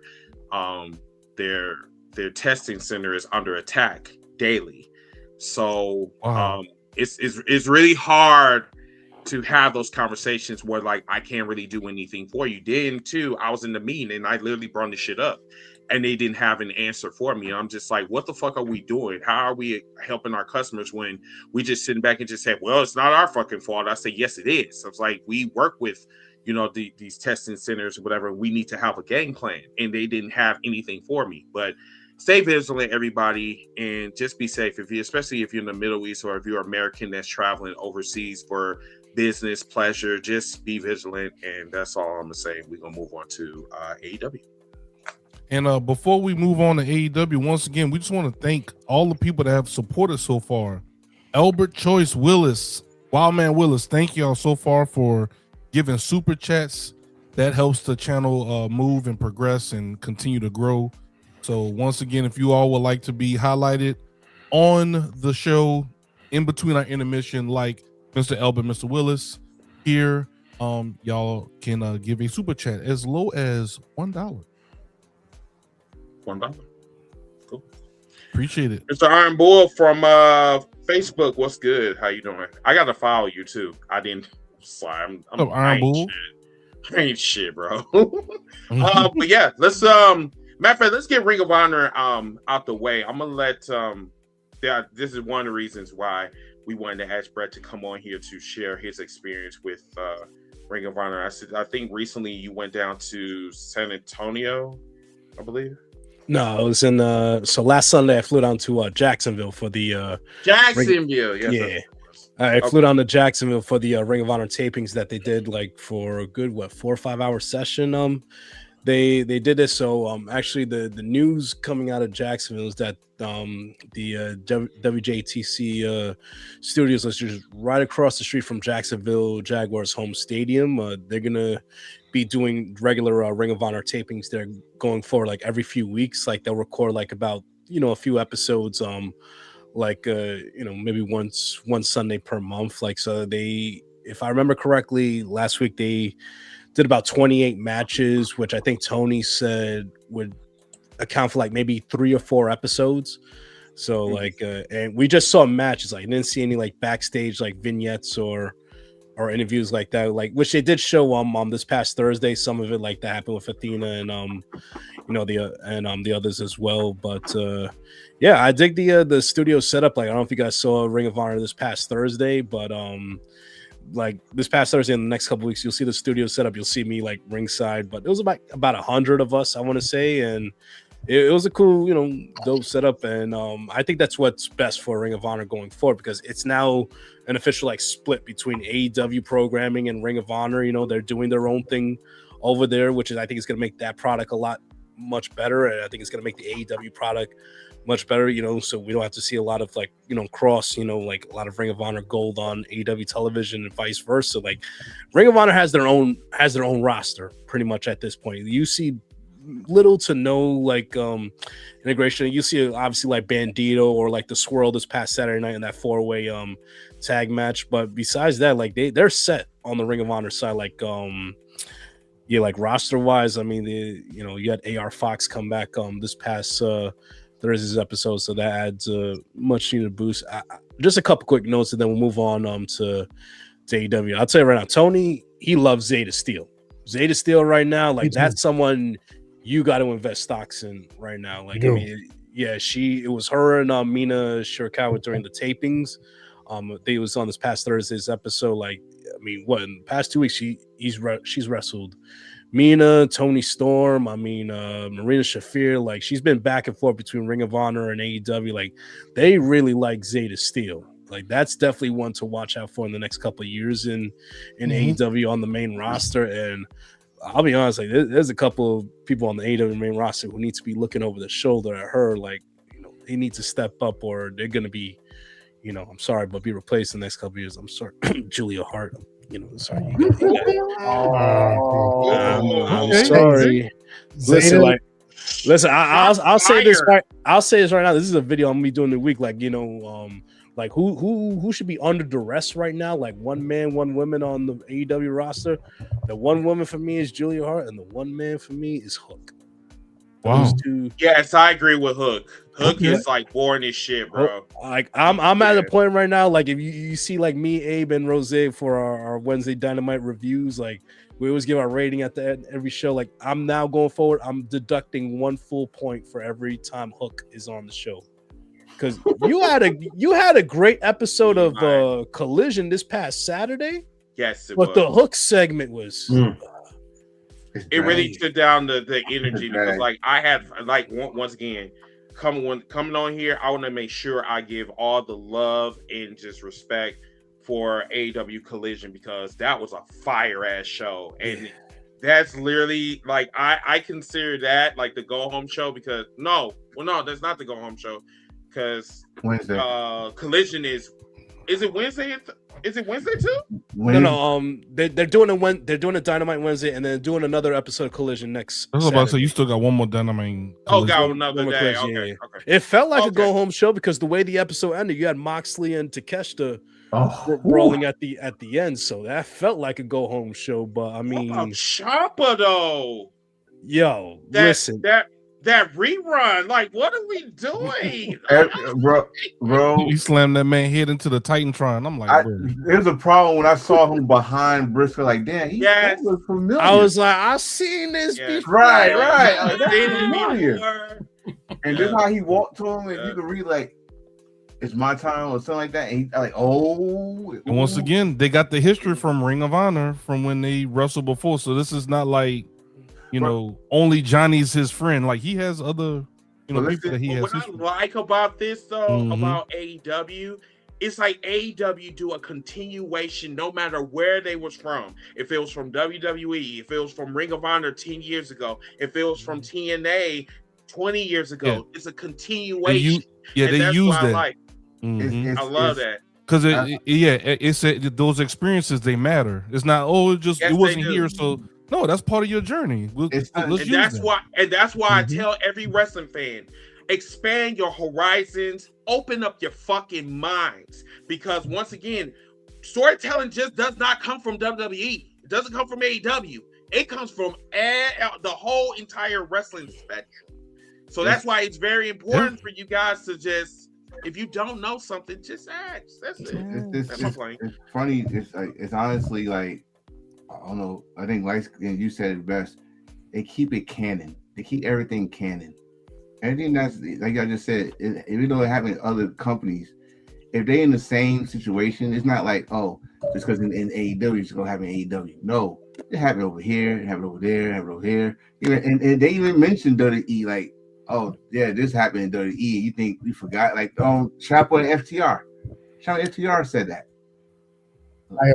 I apologize for the old reference, but the Rock and Roll Express hated the Midnight Express in Smoky Mountain. They hated them in Crockett, all of Jim Crockett's promotions. They hated them in Florida. They hated them in NWA. They hated them in WCW. Smoky Mountain has never died, and it never will. We've lost Bobby Eaton, but the Rock and Roll Express and the Midnight Express still don't like each other. That's good though. That's good. Real quick, you know what that Ciampa like heel turn did? It did three things. It did three things actually. Number one, like as much like we love, I think Ciampa's presentation has been excellent in AEW, but we all know the money with Ciampa is Blackheart, just bad to the bone, evil as fuck Ciampa. That's where the money's at right there. So I'm glad, like, I'm just happy to be here, Ciampa. That shit's done. We don't need. It was good for a couple weeks, but we know where the real money is with Ciampa. That's one. Number two, you set up this awesome trios match for Dynamite. You got Ciampa and FTR versus the Bucks and Briscoe. That on the go home episode of Dynamite, and then the third, like we recognize the heel turn where it came from. Mm-hmm. It may or may not happen, but you just left little breadcrumbs right there. Is somebody coming down the line from his Ciampa's past to join up with him? Whoa. You know, we don't know. I'm good either way, whether Mr. Giant Wrestling comes or not. Like, I'm fine with Ciampa doing his own thing for now, but you just planted the seed right there. If Mr. Johnny Wrestling does cross the line, and the way I've seen him being booked, like, it looks like he's on his way out. Dude is planking. He's planking every damn week, and then he just got tossed. Like you didn't do nothing in WWE against Over.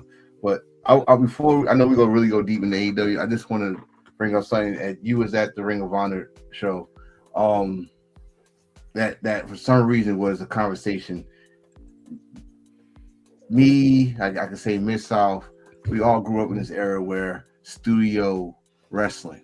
It don't matter how many people are there, right? So the conversation that pissed me off, and I know I said unbothered, but it kind of pissed me off that was the most important thing people was talking about with this studio thing is the attendance, how many people was in that studio. Let me just tell y'all something. Y'all wouldn't survive in the 80s. Nope. NWA used to have studio audience smaller than that. When they came back on YouTube, they had studio audience almost that same amount. WWE, NXT, y'all forgot Full Sail? Had not that many people until they start blowing up. As long as the craft, they work on their craft, people. That's what I loved about it. I saw the studio. I was looking for you. That's why I was looking at it actually. Yeah. But it was a good atmosphere, an intimate atmosphere and stuff. So I big up to Ring of Honor. But back to this collision thing. How did he get tickets to that? I just wanted to ask. There were no tickets. I went. They sent in. I think they put a post on X first, and then that they were doing the tapings, and they had a link like to fill out a form, and they'll send you an email. They'll put you on the list, and it was first come first served. There was no tickets, all right. So I think that's how it's going to be going forward. Like I didn't. Okay. Yeah. Yeah, that's cool. So I just wanted to say this before Enforcer goes. Here's the thing. I don't give a fuck about ticket sales, and I don't give a fuck about attendance records. If I'm having fun looking at the wrestling, which you motherfuckers should be doing anyway. Wait, Ziggy, what? Oh, okay. Anyway, but yeah. Okay, but yeah, like we're in an era where people just focus on the wrong shit. Y'all focus on ticket sales and y'all focus on shit, financial issues that does not apply to you. So it's just like y'all need to. I just don't think that you guys are really real wrestling fans out there. I just don't think so. I think that you are cosplaying as a wrestling fan because your life is pathetic. I think that's what that is. And yeah, I'm gonna leave it. It's kind of weird you said, because me and Mid-South was talking about this earlier about before all this shit happened, before there was AEW, no one never went to a wrestling show to take a picture of the hard camera side and said, "Look, those empty seats." You know, we was worried about the ring and the product, right? They understood exactly why that place was empty. Right. So they understood the assignment. So let's bring that back. Let's bring back, you bought a ticket to the show, enjoy the damn show. How about that?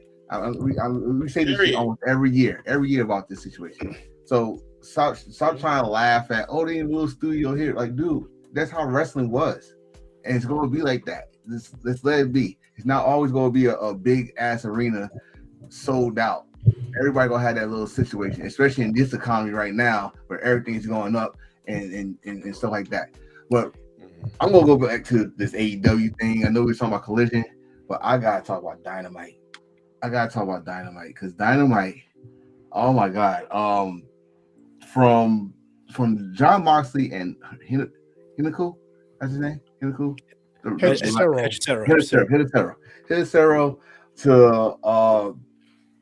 to oh god, it was so many good spots in this damn show, but that one is in my head because he knows the plan. Moxley knows the game plan. He don't care. Don Callis is getting him everybody. You know they got like 30 people in that family, and he's gonna fight all of them. And you got Takeshita supposedly was gonna be rest until Collision happened, right? I'm loving this. I'm loving this Don Callis thing. Don Callis in the Dark Death Riders. Well, Bandito and Andrade. Wait. Oh yeah, we'll get there. Are they fighting on Sunday? Yes. Yeah. Andrade. Thank God. Yes, I need it. I need my soul needs that. My yeah. One thing I need y'all to understand. I want y'all to talk about. I want to know what y'all opinion on it, because everybody swore that a certain Dogg was going to WWE. He made his appearance on Dynamite. Mr. David Finlay. How y'all feel about David Finlay and the Dogs in AEW? So I'm just going to say this for someone that viewed them for the very first time. Let me just catch my breath when I say this. I'm a fan. I'm a super fan. Them motherfuckers, when I tell you, they clean shop in a matter of minutes. The presentation, how they came out, the brutality, they're like, I don't give a fuck. I'm fucking you up type of energy. I'm like, who are these people right here? And I'm like, listen, I already like Gabe Kidd already, but the other ones, like that other dude, I fucked with him. This man, yes. There is something about him. He reminds me so much of Ken Masters from Street Fighter. It's like his fighting style. It's like fire. Like he gives me like Ken Masters like energy. And then you bring out like Finlay. You bring him out, and like this man, I'm like, bro, that spear that Clark Connors hit on Cassidy through the announcer table. Did you guys see that? AEW on the Twitter and on Instagram, they released the slow motion footage of him hitting. Perfect timing, perfect angle through. And then, like you said, when Finlay came out, I was like, but what's crazy that we hear the after story, like after he appears, that WWE only offered him a spot on NXT. It gets worse than that. They offered him a spot on NXT to be in a faction with Lexis King. You wanted that demon to babysit Lexis King and the other baby Nepo babies in that faction. I forget what the hell that faction. His little brother's in that. He said no to baby bro. He said fuck that shit. Said no, bro. Wait, speaking of little brothers, like your podcast just came out. The Holy Podcast is in the house. What's up, yo? What up, Gabe? Yo, yeah, man. It's crazy when you say that, bro. Like the war, I still call them war dogs. So their slogan was this: "Give me titles, or we give you bodies." Go back and look at Collision and how they destroyed those dudes real quick. Like it was just massacre. And Gabe Kidd, I love when he say this. I'm a madman, don't you know? He had to do the power driver. How many people you see in the power driver position? Let's be honest. To the center of the ring while he got in the power driver position, spikes him, roll him to David Finlay, and David Finley finished him off. I've never had a problem with Finley, but if I'm being perfectly honest, people have been complaining about him for the last couple of years in New Japan. Why? It's a reason. Let me tell you. It's a reason why. Yeah, I was gonna say let Enforcer tell us. It's a reason why. Because when he first started, y'all did not know what to do with him. Then you try to put him in a tag team with Juice Robinson, and both of them, y'all did not know what to do with Juice Robinson. At first, y'all wanted him to be the American, the Gaijin guy that was going to lead us to New Japan Strong. Then you put him in a tag team. When Juice left, or should I say, when he went to the Bullet Club, y'all had David Finley on the ropes. Y'all had nothing for him. This is New Japan we talking about, who has everything for everybody, and you had nothing for him. Jay White left, his rival. I can't wait for AEW to do something with that. His rival, he left. He said, "Fuck it, I'll go to Bullet Club." He's had the best wrestlers, or the best wrestler or characters are the ones that always got a chip on their shoulder. He's one of those guys that got a chip on his shoulder because y'all call him a Nephil baby because he's the son of Finley, a legend. No. He came to New Japan on the dojo. I don't want to go by my name. I won't come out my name. And then y'all tried to give him some foolishness. Y'all never gave him an opportunity at the IWGP title. Y'all gave him the global title. Then y'all said, we're gonna tease you a little bit. We're gonna give you the New Japan Cup. We're gonna make you feel like you're something, but you're not something. So yeah, he was hard to deal with. But at the same time, he performed and he's produced. And y'all lost it now. And I don't know what the hell is going on in New Japan because y'all losing everybody. Y'all losing everybody. Yeah, they are. I just wanted to cut in real quick. So we got 122 people that's on the podcast, and also shout out to Barbara for joining us tonight. If you guys could, wherever you are watching us, whether you're on X, YouTube, please throw us a like, share the podcast, repost it, reshare it, comment. Our friends on X, we need to see those comments from you guys so we can call you guys out. So appreciate you guys watching. Thank you. You can go on to the next person. Let me cut in and also say this because Ballbro brought it up where he said that WWE had offered David Finley an opportunity to go to NXT, and it was not only just for that, but for severely low pay than what he was expecting. So instead of that, David Finley knew his worth and went in a completely different direction. And I don't care what anybody says when it comes to how Bullet Club has fallen off. I had been following Bullet Club ever since it started. From day one. And my favorite is the original, yes. Bullet Club Elite actually elevated it, and made it popular to what it is today, which is the reason why some of y'all show up to WWE shows in Bullet Club merch as it is. But I got to tell you, the most ruthless of all the versions is the War Dogs version. When that theme hits right there and it says, "These are my dogs for real," they dogs for real. And they proved it on Collision. I think things are going to get very much interesting between not only them, but the Bang Bang Gang when please comes back. Please. Because if they bring back not just Jay White, but also Will Ospreay, because if you remember, the War Dogs and United Empire had a rivalry that ended in a steel cage. I want them to bring that back. Remember what we said. In AEW, everything is canon.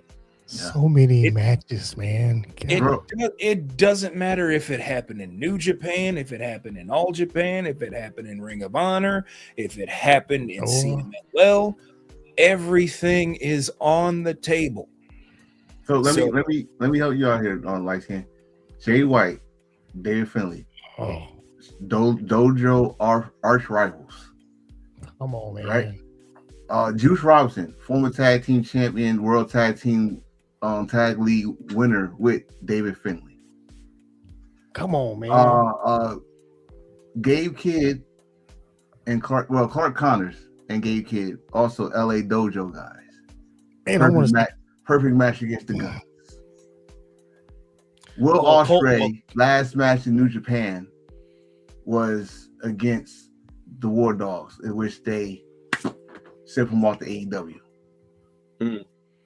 So many situations. I ain't gonna say the word because I know Z ready to push that button. So many situations that they can play with in AEW.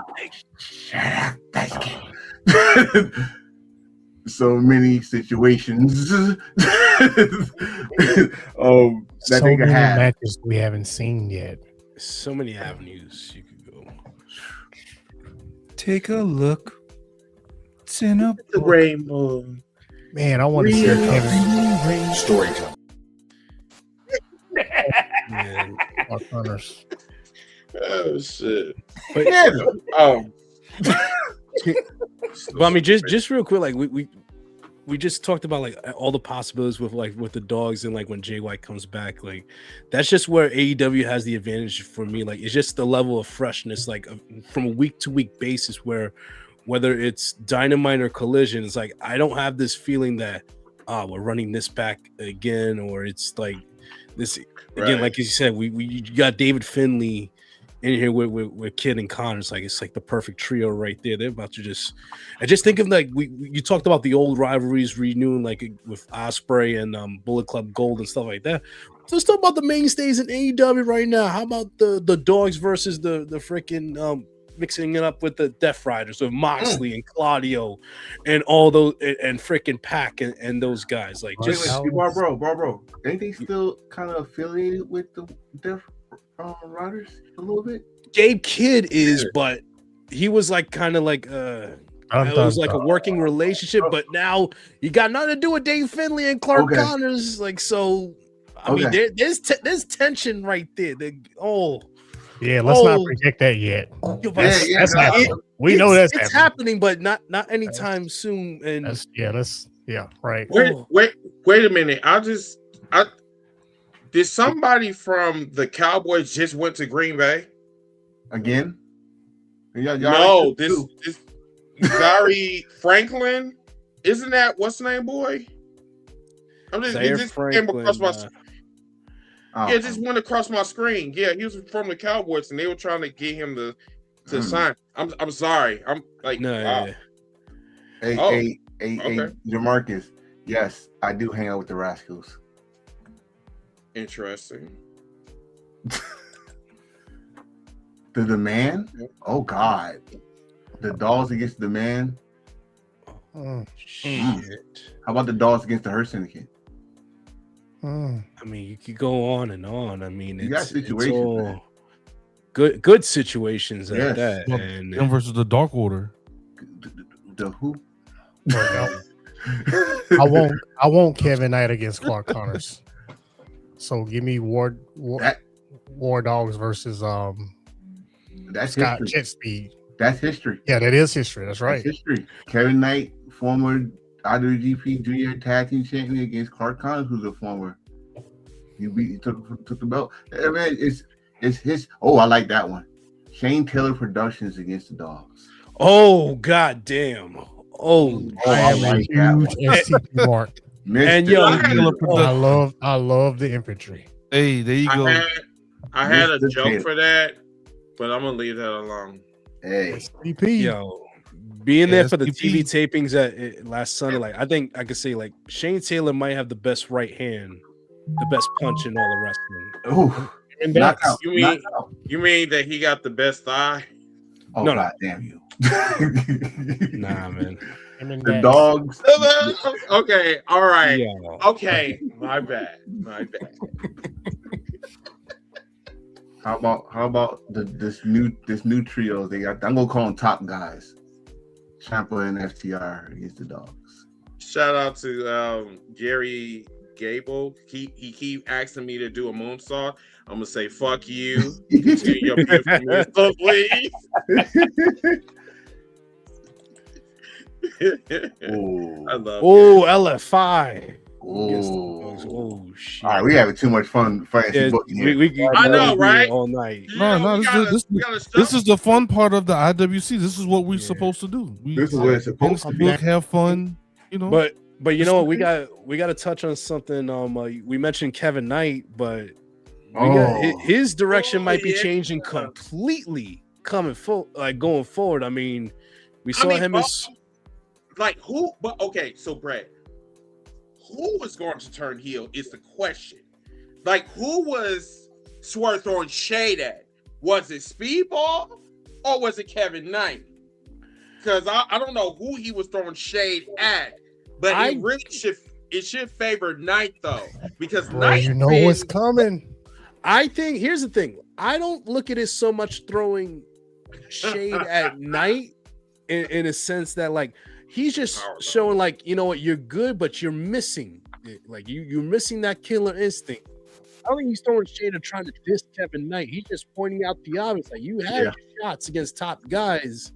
And listen, let's not forget the past few weeks. Nana's been out there with his embassy towel, telling everyone right there that it's not just gonna be a 2-man show going forward.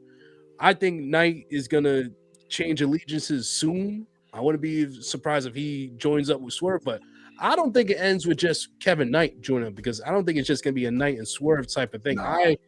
More have got to be coming along the way, and I wonder maybe this is like a dark horse candidate to join like Nana and Swerve and Knight.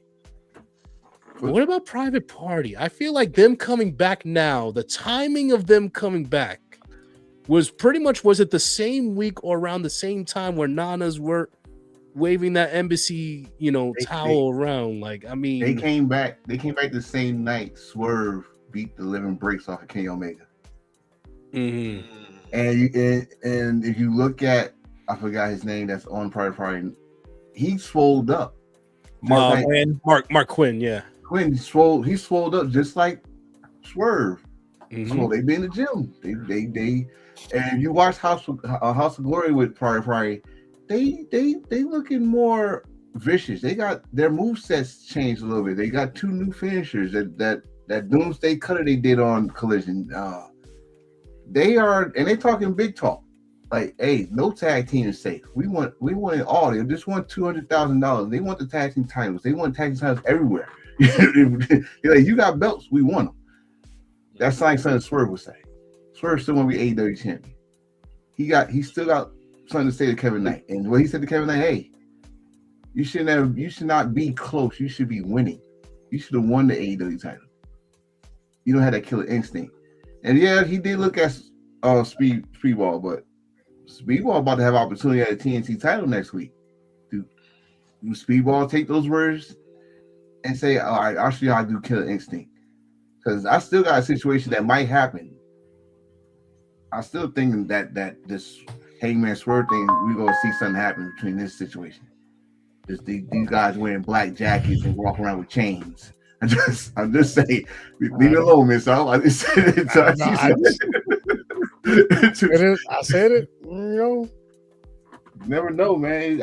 I love this because I love this for the AEW because it got me guessing. And that's good. I know what's gonna happen. Yeah, you're allowed to be wrong once it's entertaining. It's a lot of options. And before we go forward, like we mentioned Kevin Knight, like he just signed a contract extension. Oh yes. Like you good when you sign a contract extension and your current contract ain't even up yet. Like Tony said, you not going anywhere. Like the next 4 or 5 years, you got him and Kyle Fletcher and MJF at the top of your card, and Swerve and Hangman, and you got Kenny Omega for I think for a couple more years. You got Will, and we talking about all this, and Will Ospreay ain't back yet. And Ospreay ain't back yet, man. And you know what? To be honest with you, I'm not even in a rush to see him. I'm enjoying the product with everybody right now. I don't need him. As much as it hurts me to say that, but the roster right now is just cooking. Like, don't need him. This might be the greatest roster ever. I forget what the internet tells me. Hands down. Hands down. Tony on Saturday nights now is flexing his roster on Saturday night, where Collision is no more the filler show. Like 2023 when it was CM Punk's Collision, that was the worst version of Collision. The division. Yeah, they split the rosters. Yeah. But in a way, I feel like it kind of is split, but it's not officially split. Like I think you get more tag team action like on Saturdays. You get the TNT matches on Saturdays and stuff like that. It is kind of split, but not official. But yeah, like Collision is no longer filler. It's not like I'm bored, I'm gonna turn. No, like it's Saturday night. I gotta watch Collision. It's like how it was. Him and Jay White are coming back. Him and Jay White for sure are coming back. Go ahead, Keith Lee. Anybody says you are just praying for that, aren't you, sir? Like lately, like AEW has been flexing in their muscles on Saturday to the point where they went against a WWE pay-per-view, which is wild. No, and we ain't even talking about Vengeance Day. Bro, hold on. Let me correct you on that. No. I didn't even know that was even known. Neither did I. No, let me correct you on that. Let me correct you on that. This WWE going against Collision. Collision comes on Saturday regardless. Y'all want to always plan and do a counter program, and then y'all put your foot in your own damn proverbial mouth and don't even come close to Collision. Did you hear what they just said? Collision. Come on, man. Come on. I mean, I could see like this. Collision is reminding me of what SmackDown was to Monday Night Raw around 2000s, 2001, 2002. That, like, okay, what you saw on Dynamite and it couldn't fit, you gonna have it on Collision, and vice versa. They just made 2 to 3 matches for Dynamite off of Collision this week. Mm-hmm. And you do the same thing on Dynamite. They're gonna make matches. What happened on Dynamite for Collision? So Yep. Yeah. So we got about 10, 20 minutes. So do anybody have anything else they want Let's to get into Revolution? So everybody, this is your main event, everybody, of the evening. AEW Revolution. Take it away, Zicky. Yes, sir. And I know we cutting it close on time, so we're gonna go ahead and run through the card, and we can pick up when we convene again. But if y'all want to follow along, that are those that are listening, I am pulling this information from allelitewrestling.com. This is on their channel. I'm sorry, on their website. Sorry, and AEW Revolution will be live in Los Angeles, California, March 15th. And this is the card so far. We briefly talked about this 2 weeks ago as the card was kind of formulating. I'll kind of touch on everything first, and then we can kind of talk about whatever match y'all want to discuss as we get ready to close the show out. We have the AEW World Championship, MJF, Adam Hangman Page. We have the AEW Women's World Championship, 2 Out of Falls, Thekla versus Chris Statlander. We have the AEW World Tag Team Championships, Young Bucks versus FTR. We have AEW, the AEW Continental Championship with no time limit. I know that was something we talked about a few weeks ago with John Moxley versus my boy Takeshita. Then we also have AEW World Trios Champion, the Don Callis family versus Mystico and Jet Speed. Then we got Bandito versus El Idolo. Like, come on, guys, what are we doing? That is going to be a match of the night. That's going to be match of the night. And then you still got Swerve and Brody King right after that. And then we have Timeless Tony Storm versus Marina Shafir, where everyone is banned from ringside. No outside interference. And then to round the card off, we have a 21-man blackjack battle royal for the AEW National Championship. Guys, that's on the pre-show. This is an insane card. Where do y'all, what do y'all want to talk about? We kind of leave it open to, whatever you guys want to discuss. Hey, Ziggy, go back down for a minute. Go back down to that blackjack battle royal. Yes, sir. Is that for the title or the winning? Yeah. For the AEW National Championship. Oh, yeah, Ricochet is in it. My bad. Let me it's for the title and it's in the 0 hour. Oh, Ricochet. Oh, brother. There you go. For the AEW, everything's for the title. Why That's is there so much wild. bald hate? Like, come on now. Why are they hating on a bald brother? Why they hating Man, on the bald, bro? man, listen, like just He let his there's, head grow. in my opinion, there's nowhere we should start with respectfully like that Bandito and Andrade. That's what I'm match. saying. Yeah. Like I love, like, you know what? I think we can all agree sometimes the simplest story is the best story you could tell. And Bandito laid it out. He grew up watching Andrade when light skin, help me out, when he was in CML La Sombra. I think he was in Yeah, CML. He was La Sombra. La Sombra. When he was watching him as La Sombra when he was a child, and now he's facing his idol. You can see he's the big fan, and Andrade is like, you don't want to hear that shit, dude. We battling for one of the top spots. He's like, I don't hear that. Yeah, man. How you know? Hey, yo, but I gotta answer this phone call. But oh my god, like, dude, just look at the setting. It's in LA. Like, when that bell rings, that stadium is gonna go crazy. And like Chris said, match of the night, dog. I know it's only March, but that's gonna be the benchmark for match of the year right there. Every other match going forward for the next 9 months is gonna be competing with that match right there, trying to top that right there. Because it's like, god damn. Andrade is the wrestler of the year, in my opinion, so far. He has been on fire right now. That's what I've been saying. Can we add more gasoline? Then the ladies be getting ready to try to pull him into the crowd when he be trying to take photos with him and stuff. Bro, this dude be getting some. He be getting some. What? Listen, add more gasoline to the fire. Y'all know, we all know Bandito is related to Roosh some way. I think that's his cousin or brother. Who's and Andrade's best friend? Roosh.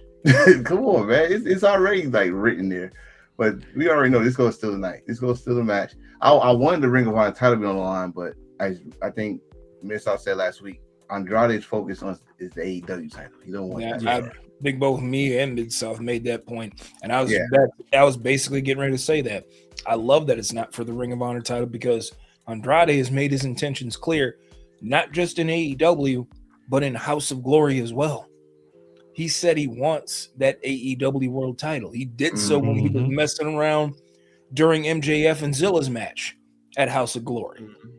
If y'all remember, he wants the AEW World title. Like Ballbro already said it, Ring of Honor is its own entity. All right. Yes, Tony Khan owns it, but it's its own entity. They view it as a partnership with AEW, much like the partnership with CMLL and the partnership with New Japan. That's it. Ring of Honor is its own separate promotion, separate from AEW. They got their own stuff going on. Andrade wants the AEW World title, and beating Bandito, a man who already competed to become the AEW World Champion, has already made his stamp for eventually one day holding that championship. And if Andrade wants it, he's got to beat the guy that everybody has the high hopes for. He already got victories over Swerve. He got victories over Kenny. Get a victory over Bandino. We can probably see this in the next pay-per-view main event right here. Andrade against whoever wins out, MJF and Hangman. And remember, he got some. He still got to get his receipt from Hangman, who had to cheat to beat him to get that title shot in the first place. So can I repeat something that I said that I've been saying for like the last month and a half? First of all, I'll be at Revolution on Sunday, so hooray for me. Hooray. Hooray. I'm going to give you a list of names. Samoa Joe, he's on his way back. Swerve Strickland, Hangman Adam Page, Brody King, Bandito, Andrade, Kenny Omega, Kevin Knight. What do they all have in common? Every single one of them is getting on the microphone and telling you, I'm going to be world champion. Never happened before in the history of wrestling. You got so many dudes whose primary focus, not just their primary focus, but they're telling you their primary focus is world title. Never happened before. I think it's the greatest thing ever. That's why I am fully behind these entire storylines, because they're just intertwining. Swerve started off with Kenny Omega. Now he's gone to Brody. From there, he's going to go right back to the title unless something happens shady between him and Brody. It's crazy because they have a storyline where they're fighting over, who's the baddest wrestler on the planet or whatever the saying is. Bandito is getting mixed up with Andrade right now, who both of them are going after the world title. Hangman is actually challenging for the world title, and Swerve could potentially get involved in that match. Like I said, Kenny Omega still involved. Samoa Joe, we could potentially see him on Sunday. This thing is crazy, and I'm loving every single second of it because I don't know who's going to be champion after the end of the night on Sunday. So Amen. So I love your excitement for this because it's opposite of what I'm hearing with people complaining about it. Why is it that people, we already know why, but why is it that people think that it's a negative to have this many people go for the title? Brainwashed to always seeing it done one way. That's why. Simple as that. It's not the way they're used to seeing it after seeing one company for the last 25 years. So it ain't right. That's the problem. I ain't like that because I've been watching wrestling since 1983. I've seen a lot of stuff. I've seen wrestlers go from nothing, zero, jobbers to world champions. So I don't entertain me. That's the bottom line. And I am being heavily entertained by 8 dudes who all have one goal. And not that they just have one goal. They are telling me they got one goal. And that never happens. Not in a long time. Mm-hmm. Yeah, been a while. Definitely. So going back to Jose's comment, you asked us, should there still be storylines outside the title picture? There are storylines outside the title picture. If you look at them, examples, shit. I mean, if you go Briscoe and Tommaso. Stay with the guys that's in the title picture that Miss Talk just came. Brody and Swerve. Oh, you talking about the card? Yeah, Okay. This all started when Kenny Omega Tony named Brody as the most dangerous man. Dangerous man, that's right. Which insulted Swerve. Mm-hmm. After he took him out, he even told you after he took him out that you had the audacity to name someone else the most dangerous man, which Brody understood his assignment. Like, what? Yeah, I'm the most dangerous motherfucker in this world. You got a problem with that? Come see me. That's right. Andrade and Brandino. We already said that. Even though it just got in here, it still makes sense of why these two are wrestling. Like, one grew up watching one. He has, all right, now I get to face my hero, I guess, and also put myself close to the title match. Hangman and MJF, we said this shit last week. This is a day one issue. Day one. From the first pay-per-view, day one issue. And needs to end. Now the stipulation probably put Hangman in the corner that if he lose, he do not get not another title match ever. Hey, I got something to say about that. That is going to that's someone said this in the comments that Swerve might interfere in that match and cost Hangman the championship. That's not what I said last week. No. Because to be honest with you, Hangman has never been this vulnerable. Never been this vulnerable in his life, except for now. I'm just gonna tell you how I would book this, because like I said this a couple weeks ago. Swerve and Hangman both were coming out with the chains. I honestly believe Hangman is turning heel and Swerve is going to help him win. You talk about the embassy. Why not them two start the embassy back up? Why not? They can always go back. They can always go back to their feud. They can always. It's literally the only reason I can think of for Hangman saying that he would never challenge for the title again, because he know he's gonna do whatever needs to happen for him to win this match. if he loses this match, it would not make sense to me. Hey, So now you Jose, I'm Are about to you put you in the saying spot. that 'cause- this is going to be like a double turn? Like MJF go face? No, No.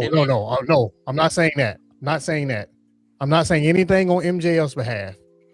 This is literally about Swerve and Hangman, who are the two cornerstones for AEW for me. I always consider Swerve the face of AEW, but them two guys, blood feud, I think not only will that blood feud happen again, will they feud with each other again, but as of last summer, when they got together to help Hangman, I still ain't forgot that. I still ain't forgot that backstage segment on the Collision before All In, it was a week before that, and then the thing happened on Collision. A week before that, when Swerve and Hangman were going at each other, and Swerve ended it by saying, "I know."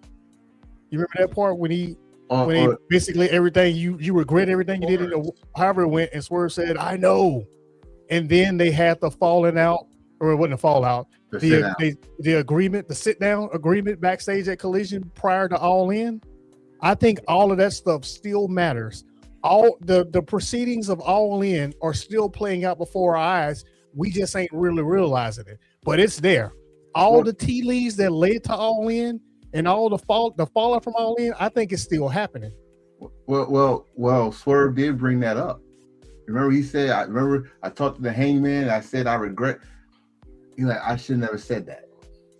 Because that's like the guy that won the world title don't regret nothing. Mm-hmm. So yeah, I mean, it's a lot of things to keep an eye on. Like, so I know we got some other things. I want to go back to this comment because Jose, I'll put you on the spot because you was on my Instagram. You asked that question. Listen, he's a heel. You can't help what the fans like. These days, fans love the theme song. They love to say who house it is, but he is a heel. And I'm going to tell you exactly how you know he's heel. When the hell you saw Swerve back attack somebody? It's been a long time since seen him come from behind somebody and knock them out with a chain like he did with Brody Lee. And like I said last week, Swerve is doing reparations. He is hanging white people. Reparations.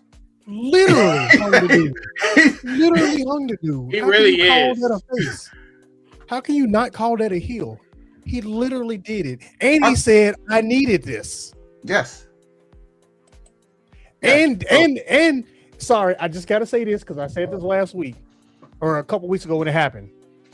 The Bryan Danielson part during that match was just as much important as Swerve actually doing it, because Danielson was screaming. He was screaming to the audience, to us. You don't have to do that. Yeah, that's insanely important to somebody's character, because Danielson is basically telling you he's turning heel. You didn't have to do that. That means you didn't have to do that heelish tactic. And then he did it anyway. So he had to do it, but he needed it. He needed to. We get too mixed up in the whole tweener thing and all that stuff because of what Austin did back in the late 90s. That dude's a bona fide heel. And I've said it ever since then, his music now fits him. Perfect. Yeah, I did not get that. Yeah, because I didn't get that either. But yeah, I'm excited, y'all. Like, if you guys are not following us, definitely we are doing $10 for Discord. So all you have to do is just follow us on TikTok and become a super fan, and we will be airing AEW. Well, I will be airing AEW this Sunday. So definitely follow us on TikTok. I'm ready for my flight. I'm ready for my flight, man. I'm giving a damn about your flight. I'm not going. Like, I can't wait to be there. I'm be watching my 4K laptop, so I'm good. I'm fine. Barbara, you going? Nah, I had to skip this one around. Gotcha, brother. But you going to Queens? I mean, I'm here, like so you know, I'm here. Like, I'm bus right away. Well, man, you gotta make that. You gotta make that trip, dude. How can we get you and light skin and Ziggy to Queens? Come on on now. It's Ziggy that got he's the businessman. It's Nigga, hard for him to get out of Baton Rouge. You know, Nigga, you boss, man. Come on, fellas. Come on, man. How can we it's hard Going to out get there, him bro. out. Shit. light skin Listen, Ziggy? I've been to New York Come on, before. man. Like that's Man, not hey. a problem for me. Let me Yeah. figure out what's going on with this shutdown, and then believe me, if they get this thing fixed here in a matter of weeks, I'm buying a plane ticket. Okay. I just need a ticket. Plane ticket ain't no issue. Just Yeah. wait, Antonio, when you get your ticket tomorrow? Bro. Yeah, this You already ticket got today, it? Yeah, he put when he put that passcode up there, like I thought everybody was getting it when he put the passcode up there. Well, he didn't give it to me, so like, he could have texted to me. That's my number, but you know, The whatever. early bird ticket. Oh, Post shit. the ticket in the group chat. No, that's fine. No, it's cool. Come on, fella. But Come on, no, bro. is that? But anyway, is that all for everybody? Yeah, that's all Yeah. we have for right now. Cool. Great show. Gonna be a crazy show. I can't wait. Once again, Yeah. like Chris said, y'all Mhm. tap into the Discord. Yes. You know, be around the Tap like. in- This is the part of the IWC that this is the IWC that keeps me in the IWC is the watch parties, panels, the cookout. Like that's the part I hold on to with the IWC, and I try not to let the other stuff affect it. It's like that's the good part, you know. Yeah, because like we're at the point, everybody, The community. Like, me and Ziggy have been trying to build a community like this for the last like 5 years, and we both knew that it was not going to be easy. But where we're at now, it's like we don't give a fuck. Like we don't. We'll be in our little bubble. care. We in our little bubble, so we don't care, you know. But yeah, definitely take advantage of that opportunity because you know we do care, and we doing everything in our power to make sure that your experiences, like especially if you're a first timer for watching AEW, you know you guys can participate in the festivities. So, yeah. But yeah, we're gonna go around for final thoughts, and once again, keep tapping that screen. Share, repost. Let's do a last call. Share, like, comment, do what you do. If you haven't watched the show, if you just coming in, just watch the replay. That's all we care about. And also comment. I've been watching y'all. Y'all been doing y'all little comments after the show and the clips. Thank you so much for that. That does help. Yeah, it does help too. Even if y'all can't catch us live, like still tapping in on a replay is definitely appreciated. Everything helps. So I guess we'll go around for the final word, starting with our guest, Mr. Ballbro. Any final words before we end the day? I mean, listen, I know we're only 2 months, a little more than 2 months since the new year, but I mean, AEW is just on fire right now. And look, I made a decision earlier this year that I can't do the other program right now. I just can't. People ask me why I stopped. Like someone asked me at work, like I just feel there's no heart and no passion, no love in that game anymore. And I see what it's for, and AEW is the complete opposite, man. They do it for the love of the game. It's what I'm into right now. And like I said, they're firing all cylinders for me. And that Ring of Honor, CMLL, there's so many different avenues and so many different options for professional wrestling. Don't just think because one option isn't the best for you that it's all going bad. Not right. There's everything for everyone out there. There's so many avenues of professional wrestling. Don't let one avenue, cloud your judgment of the entire landscape of professional wrestling, man. There's so much availability out there.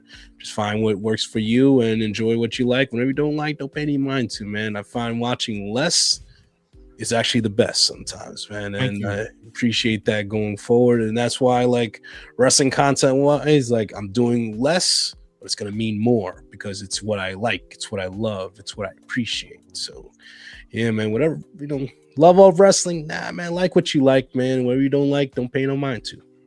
Thanks. Awesome. It seems like we're on the same theme. I love my little title gave me unbothered wrestling fan because we love doing this come on here, where we come on here, talk about wrestling, the news, and all that stuff. But then I never did this until last week. I went and read some comments, and some of y'all are some very disrespectful people. When you see takes that you don't agree with, y'all feel the need to write a novel and be disrespectful and call people by their names. Listen, everybody in here is grown as men, so calling us certain names, we've been called worse. As you can see, we've been called worse, so that don't hurt our feelings. Now, I could be that person and say you might be a resident pedophile, or your mama should have swallowed you, or your daddy should have flushed down the toilet. What I'm gonna do? What I'm gonna do is, this. I'm gonna tell you, I'm praying for you. I'm gonna tell you to like what you like, just like Barbara just said. Like what you like. I am enjoying the whole scene of wrestling right now because it reminds me of when I was a kid. I'm 44, but it reminds me when I was a kid, when I had different avenues and I could enjoy and learn about different wrestlers instead of looking at the same wrestlers. And then also have my kid or kids, I should say my teenagers, watch what they want to watch. They become fans of what they want to like. As wrestling fans, we are free to like what we like, talk about what we want to talk about, enjoy what we want to enjoy. If you do not agree, that is perfectly fine. Everybody don't have the same team. So, as my brothers up here, we are enjoying what we are seeing in AEW. We also enjoying what we're seeing in CMLL. Congratulations to the young lady that had a great match against Mercedes. If you are enjoying WWE, Persephone, you had that right. I stand on business when I said that Dan Helsen debut was a flop. But guess what? He fixed that on Monday night. So enjoy it. Because again, I always say this, and I'm going to say it again. This shit can be taken from us like it did in 2020. So enjoy while we can. And that's all I got to say. Thank you, Barbro, for joining us too, by the way. No problem. Shout out to Barbro. Sir. Just to gotcha. So I'm going to go ahead and read something I tweeted not too long ago. People are afraid of challenging what is accessible and convenient for them, even if it is terrible and destroying them slowly. I'll just let you figure out what it is I'm talking about there. And secondly, I just came across a post that a friend shared with me, and Ziggy, I know you shared it in the group chat with us earlier. That a lot of y'all are going after Thea Hale. Yep. Now, I don't watch much WWE as much anymore, but I've never had a problem with Thea Hale. She's a young, promising, up-and-coming young woman. She's like only 21, I think. She's 22 years 22, of age. I'm sorry. Yeah, 22. She is 22 years of age. And a lot of y'all get up on this social media and like to pretend, like Chris said, let your heels, but don't have the stones to actually pursue the heel tendencies. Y'all come up on this internet and act like you have the biggest nuts on the face of the planet. All because a lot of y'all can't even deadlift your whole left butt cheek, let alone do half of the things that some of these individuals do in the ring. I'm going to take you back to 2020 when we saw what online bullying got us when we found out about Hana Kimura. The last thing I want to see is another case of that happening. Thea Hale is 22 years of age, about the same age Hana was when y'all started that shit back in 2020. Knock it the fuck off. And I'll land my plane on that.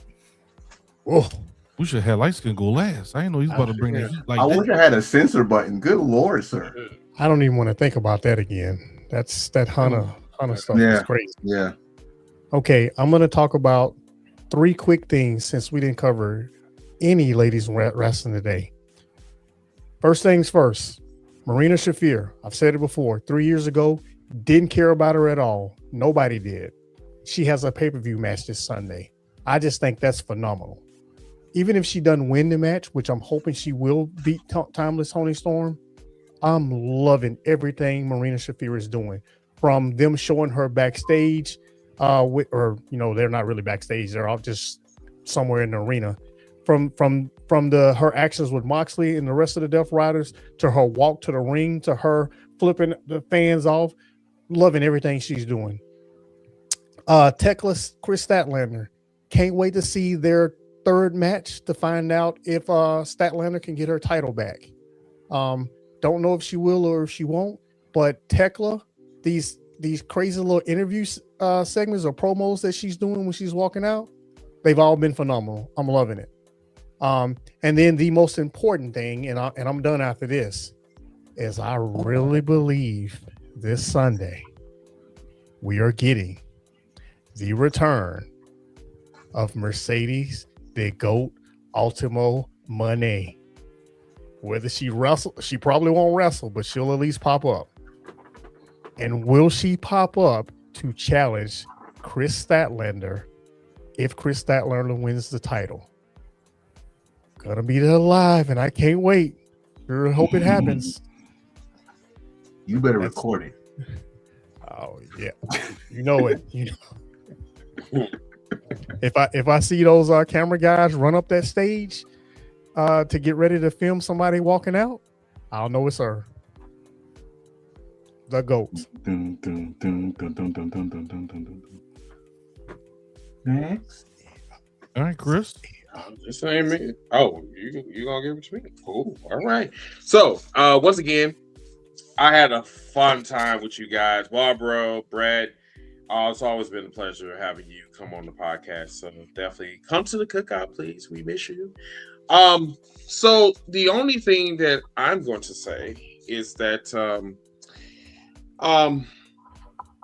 when I say certain things to wrestling fans, I really want you to be better than what you were yesterday, right?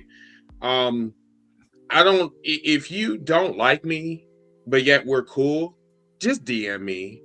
Don't be on that moist booty ass bullshit, please. It's not even worth it. Why did you follow me if you that fucking sensitive? I know some of you pay attention to my videos, right? I'm not saying it out of malice. I'm saying it because like it needs to be said. And I don't think that people is really getting the message about me or this podcast. We don't give a fuck. Like, we don't care. So please don't treat us as a therapist. I'm your online therapist, especially when you're on that bullshit. So I definitely will tell you that, yes, cut it the fuck out. When you are harassing these wrestlers, cut it the fuck out. When a referee tells you, just because she's like responding back to your comment, that doesn't mean take her out. That doesn't mean, hey, can you spread your legs? Because I really love you. Cut it the fuck out. It's weird. All right. But anyway, just take a shower, wash your ass, wash your clitoris, wash your snatch. Just be a human. And just whatever. Okay. The only thing else I have. Like, Lord. This be so fun with us, boy. We just got rated on Twitch by Push Play the DJ. Appreciate you sharing your community with us, sir. Appreciate you. Television champion. So the I'm not gonna call you out this week. Nope, I'm not gonna do a push. So anyway, the 1,000 subscriber giveaway, that is currently going on right now. If you became a subscriber today, that means you are automatically in the drawing. So all you have to do is subscribe on H4L Wrestling Podcast on YouTube only. YouTube only. Okay. We are giving away a ECW World Heavyweight Championship. Also, we're giving away some of our merch, like one free t-shirt to one viewer. Also, we're going to be giving away WWE and AEW action figures, and also we will be giving away a $25 gift prize as well. So that means that when you guys donate to us, that shit is coming back. That shit is going to you, our projects. So just wanted to let you know that when you donate to us, we are thinking of different ways to like just say thank you to the Heel Nation. Also, check our merch. Check our merch on Pro Wrestling Tees. Even though they have not been treating us very fair, we have been submitting our designs and they want to be trash, but you know, whatever. But yeah, definitely go to Pro Wrestling Tees / Heels for Life and check out our new merch. The merch is hot, especially this. We have this as merch. This is tomorrow morning at 9 o'clock Central, 10 o'clock Eastern on TikTok. So definitely check us out. And man, it's gonna be one hell of a wrestling week. And hopefully I'll see you guys in our Discord for AEW Revolution. Go ahead, Ziggy. Oh no, that's all I got, bro. You can close us out. Don't have nothing. No, nigga, no. We're not doing that. Bro. I honestly don't have bring your hat. No, bring your hat. I guess. Yes. Make sure y'all. I say this for all of my final thoughts. Make sure y'all pull up to the cookout, bro. Like, even if y'all are at work and you cannot actively hop on the panel, use it as like a podcast. Use it as like a show. Mute your mic or whatever, and just kind of like listen. Put a headphone in and just listen to the conversations. That literally helps me get through my day. I pop in, I'll lurk, and I hear the conversations. And sometimes I kind of like, I'll be typing something. I'm like, they're talking kind of wild. Okay. Or like, some people have some outlandish, opinions and different things like that. But for the most part, it's fun. And then lastly, I want to give a last shout out to Albert Choice and Willis Wheeler. We do appreciate everyone that shows up. We do appreciate everyone that shares, likes, comments. But for those that go the extra mile and actually donates to us on a cookout, actually donates to us on Facebook or YouTube, we do appreciate you all, and it does help grow the platform and allows us to use platforms such as StreamYard to see us today. So we appreciate each and every one of you all. And like the other guy said, definitely check out our merch. And I think that's all I got. We'll check y'all on the next one. Same podcast time, same podcast channel for episode 321. We out, 20, boys. 20. Well, next week for 321. Oh, okay. All right. Night, y'all. All right, y'all. Man. Heels for life on the track. You know what it is. Heels for life. Turn it up. Let it bang. Heels for life on the track. You know what it is. Heels for life. Woo. Turn it up. Let it bang. Heels for life on the track. You know what it is. From the mid-south all the way worldwide. We the force of the heat where the bad guys start. Being forcer in the cut, keep the story in line. DJ T.O. make it John when he gut, that's fine. Wild card talk slick, gotta take some 10. Like skin gate and bring the chaos in. And get hit wreck good, then the roof catch flames. To him, let you hear that drop, you remember the name. Heels for life, we don't play nice. Every hot take